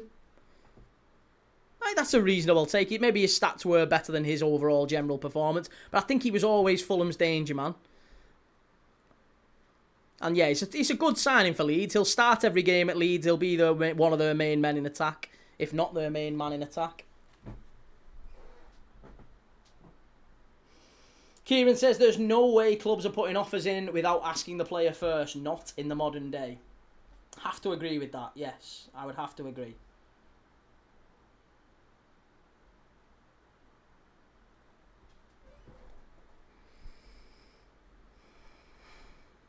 Natalie says, I reckon Liverpool should sign a good duo like Nemesha and Barcola. I think they'd be a good fit. Nemesha has a foot on him like Haman used to. As long as he's not got a tendency to knock back the sauce like Dietmar Haman used to. I think Dietmar Haman was a wonderful player, but he loved a bevy. He was known for maybe not being the most... He used to smoke as well, Dietmar Haman, didn't he? This charming dancer, the Geordies, will be getting the bed sheets out again and booking coaches to the Saudi embassy. It was easy when they could just go and protest in front of Sports Direct. Smashing them big mugs. Bradley, would you have Tchouaméni if he wasn't linked with us? Who's us, Bradley? I don't know who you support. Who's us? Oh, you're a United fan. Would I have him if he wasn't linked with us? Well, I would have him even though he's linked with you. Liverpool have signed loads of players who are linked with Man United. And vice versa. Yeah, it happens all the time. Generally, if a player is linked with Liverpool, they're probably linked with United. They're generally linked with all top clubs. Callum says, I hope that Pat Gay comes Everton. He's a decent player. Pat, one Gay in and another Gay out. Idrissa Gana Gay looks like he's leaving. Timbo says, Fulham are better than Leeds. Says a lot about how small Fulham are that Wilson still chose to leave them for Leeds. I mean, he's preferring life back up north. Obviously, he used to live in Liverpool, Leeds, Yorkshire. Quieter pace of life than West London. Foxy says, could be a case of Gabriel. Oh, here we go. France are in. Big chance here. Corner kick. Could be a case of Gabriel and Martinelli and Bruno's ear in the Brazil camp. I'm not mad at Bruno if he wants to go. He deserves better, to be honest. The game is the game. Yeah. I'm just saying, I agree with what you're saying. I agree that Newcastle would be so reluctant to let him go. But I think that's why, if they do let him go, they'll play it out in... They'll almost kind of say to the fans... It will have to be a multiple rejected offers, and they'll have to sign someone else before they let him go. I think it'll be that. Newcastle will have to announce a really big, exciting deal that gets the fans buzzing and consistently rejecting Bruno Guimaraes offers, and then they finally accept one. So it'll have to be... It'll be PR managed, I would imagine.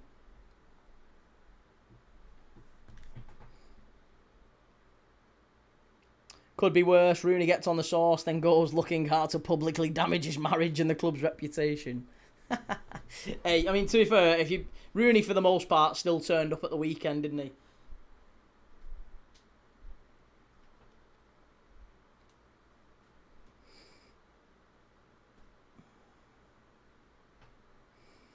Timbo says, Bruno G would have been in my Prem team of the year before his 2 to 3 month injury in Feb time. Oscar Bob's been good this game as well. I think he's done all right. He's missed a big chance for Norway, but I think he's done well on that right-hand side. I think he might be a decent signing for Fulham next year with a bit more time.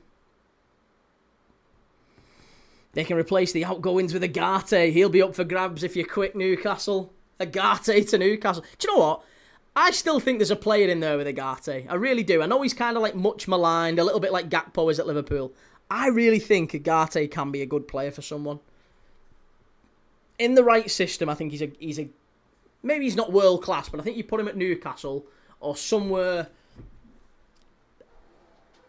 a team that's just outside the top 4, let's say, a team that's kind of consistently 5th, 6th, and trying to break into that team. I think Agate can be a reliable player for him. Timbo, I want Bob to succeed purely for the fact his name is 75% B. Well, here we go. He's coming off. Bob off with Sheldrup and Hauger and Noosa coming on. Jens Petter Hauger, who had a great year for Bodo Glimt, former AC Milan winger. And obviously Antonio Noosa coming on, looking very Ollie Watkins with that hairdo.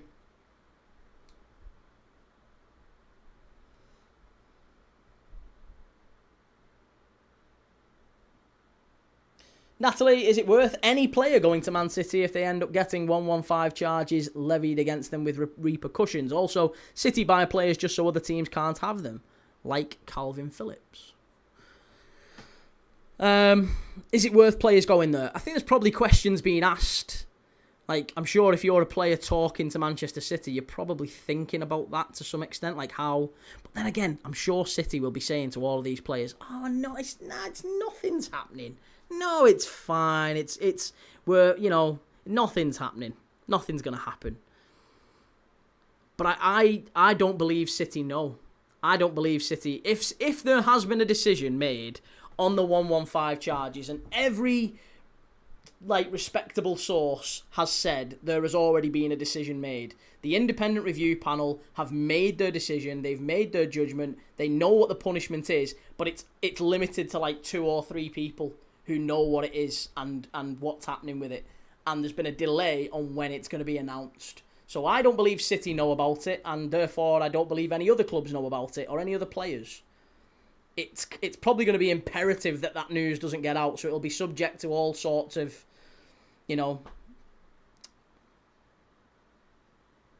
DND orders and things like that. Harger destroyed Inter all day and night. What a player. Fabulous winger, wasn't he, that night? This charming Dan, I think Agate's problem is he's so slow. It looks like he's playing in hobnail boots. I think he needs a league with a slower pace. Like maybe walking football. He's a tough tackling midfielder, but I agree. But I think he hasn't read the game very well in the Premier League. Maybe he just needs more time. I remember Idrissa Gana Gueye looking like that, though. Remember Idrissa Gana Gueye when he came to Aston Villa? He looked terrible in his first year. Absolutely awful. Looked really, really terrible in his first year. And somehow ended up becoming a top CDM, ended up at PSG and whatever. Just took him a little bit of time. City of Northville, not one of them has any info on this. All these players and their agents are making multi-million-pound deals while it being a coin flip with the 115. I don't buy it. People don't take risks like that when it comes to that kind of money. Well, I think players might err on the side of caution, but I think they would also... I don't know, maybe there has been a conversation. I'm sure Elliot Anderson would ask what happens if the 115 charges do happen. But it's all what if. The charges have been ongoing for however long, 15 years, right? Nothing's happened. There's been no charges. There's been no charges at all. The fact that it's been alleged that it's going to happen this year finally, it's been being said that for 2 or 3 years now. And City have continuously signed top players and continuously gone and won things and been successful. So I think to some extent, maybe there's fail-safes built into contracts that allow players some degree of movement if anything does happen, the worst does happen. Tchouaméni's got the captain's armband now, and Mbappe's gone off.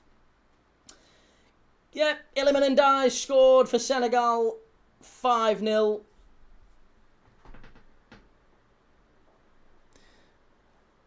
Foxy says Calvin Phillips will be hoping Bielsa returns to club football soon. He's lost without him. The fall-off has been so bad.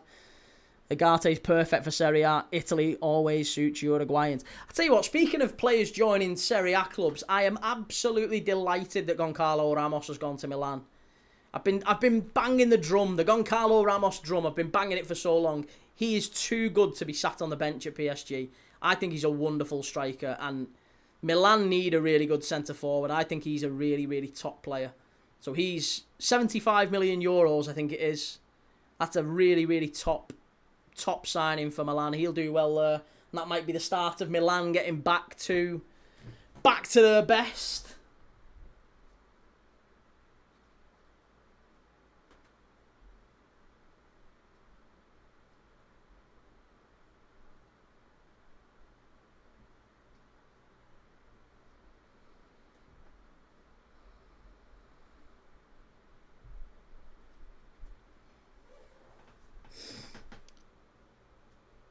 Because Anderson could have joined for the second best bid for a little bit less, but if everything else is how it looks to us, 100% less risk.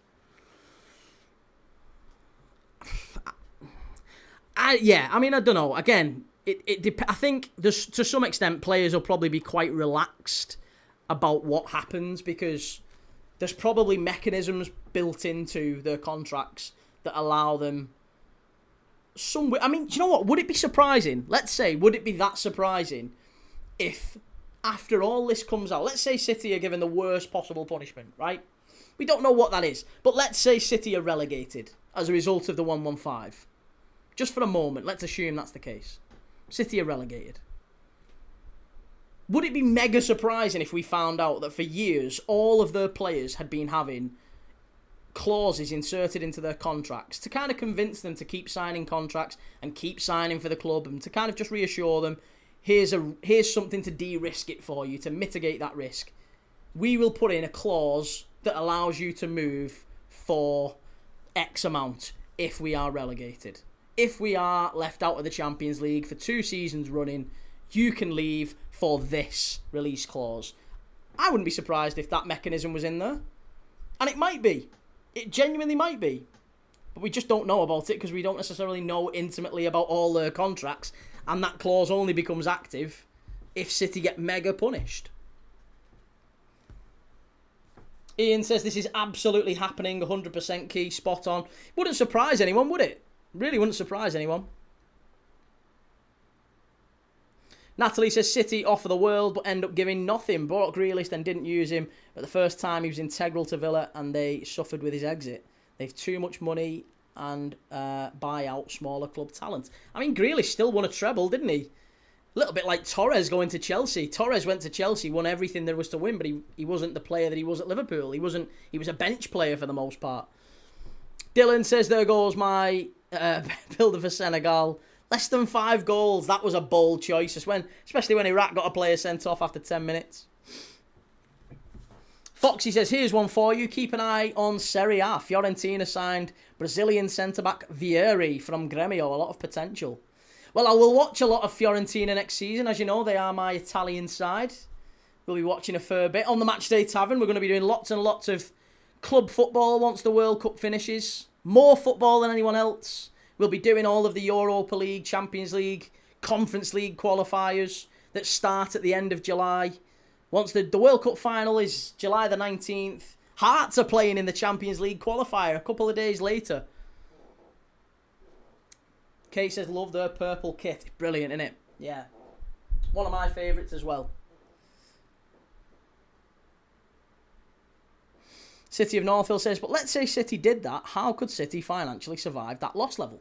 Well, that's where the interesting bit comes in, doesn't it? I mean, I don't know if you've seen the news, but City have been working with what was it called? A financial crisis management firm.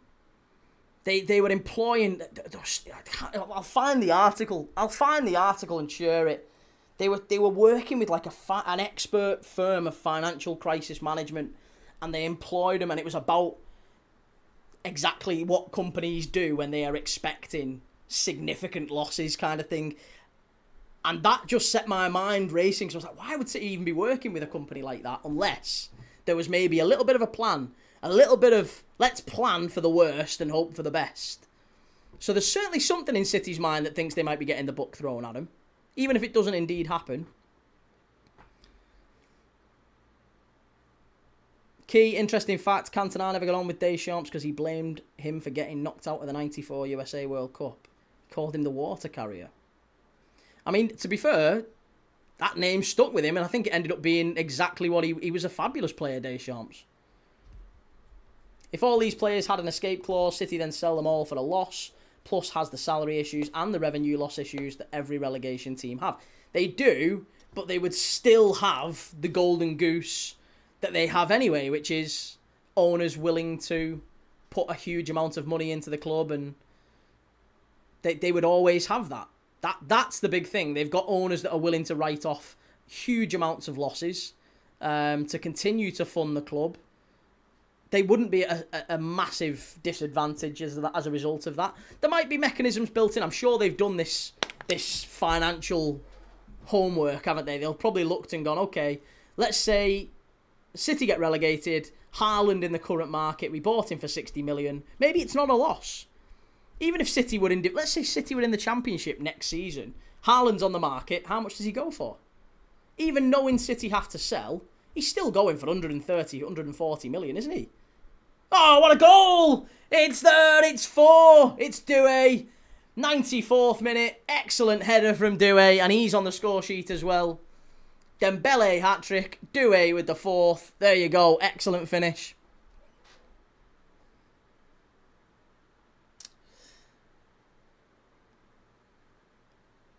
I'd not heard that news, but that makes it sound a lot less certain. I'm going to try and find it. It was from a credible source. It wasn't like rumours or anything like that. It was. I can't remember who it was. It might have been. Was it Steph Borson? Oh, I'm trying to find who it was.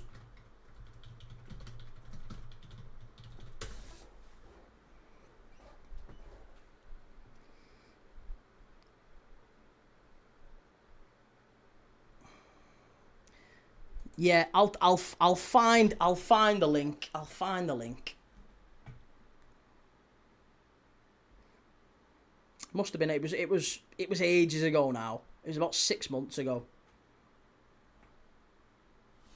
Ian, I don't think the punishment will be as big as we expect. It'll be a points removal that'll stop them winning the league, but not enough to get relegated. I tend to agree. I think City will get a significant punishment that probably prevents them from signing players maybe for a period of time. It might also prevent them from competing in Europe for a period of time, and it might also be a suspended points deduction that kind of warns them against future conduct. So maybe they get a 30-point deduction, which effectively means they ain't qualifying for the Champions League. So that might be one thing. So you're going to get a 30-point deduction. You can't sign any new players. You can't register any new players for the next 3 transfer windows. And a massive fine. Maybe it's that. Listen, whatever punishment they get, it's not going to be good enough for some people, is it? Joe, how are we all doing? How are you feeling about Bruno Guimaraes to Liverpool, mate? Natalie says, we'd love to see Haaland snuff Madrid and go back to Dortmund in order to try and knock Bayern off their pedestal. Ollie, what game should I watch? Stay up for Spain or set alarm for Belgium? I'll let you choose. I mean, to be honest, I'm going to be watching Cape Verde, Saudi Arabia. I actually think that's the more interesting game coming up later. So I'm going to watch that one. That's the one I'm really intrigued by, is Saudi versus Cape Verde. Looking forward to that one, actually. I'd quite like to do that game. Still, what time is it? What time does it kick off? Is it 12 o'clock? I can't say that I'm going to be awake for it and alert for it. No, I'm going to skip it. I am going to skip it. I'll be back tomorrow for England. But I will be doing England-Panama tomorrow, plus Colombia versus Portugal. Hopefully he'll join me for it. Joe, I'm just fed up at the minute, to be honest, mate. It feels like somebody who absolutely hates you has written this book. Has written this out and planned it. Because not only have Newcastle lost all their top transfer targets to Liverpool, they're also now losing their best players to Liverpool. There's just a general malaise around Newcastle. And Gateshead, your other team, have just appointed Lee Cattermole, Sunderland legend. It couldn't get much worse for poor Joe. He's a lovely lad, and it's just all going wrong. So I really, truly hope that whatever happens, mate, you get something to feel positive about with Newcastle in the next few days, weeks, before the start of the season. Aaron, are you doing Spain later? I am not, mate, no. I don't know if you can see, I have got what looks like pink eye over here. I haven't got pink eye. I've just got really bad allergies, and I definitely need a good night's kip. So I'm gonna fresh tomorrow, 2 games tomorrow, Panama, England, Colombia, Portugal. What we saying? That should be great fun. Billy, good night all. Hope you're all happy, healthy, and keeping yourselves cool. Yes, health, wealth, and happiness to everyone in the chat. Love you all. Really appreciate everyone in the chat. And do us a favour on your way out. Hit like. Takes you 2 seconds. Helps me immensely. If you're watching on TikTok, head over to YouTube and give us a follow. Key Thomas at the Matchday Tavern. And Pink Eye, what have you been up to, lad? Hey, never you mind. Night all. Take it easy, Natalie. Lovely to have you in the chat tonight, by the way. Really appreciate You, some fantastic insights from a Villa fan. Great to see you. And Salchip says, who have Liverpool signed from Newcastle who you class as their best players? Who would you class as their best players? Would you not say Isak was their best player last year? Would you say Bruno's their best player this year? I would say so. I would say that would be Liverpool signing Newcastle's 2 best players in successive seasons, if indeed that plays out. I don't imagine it will. Maybe it will. Like I said, Ben Jacobs has been very, very confident with it. Natalie liked and subbed, enjoyed it.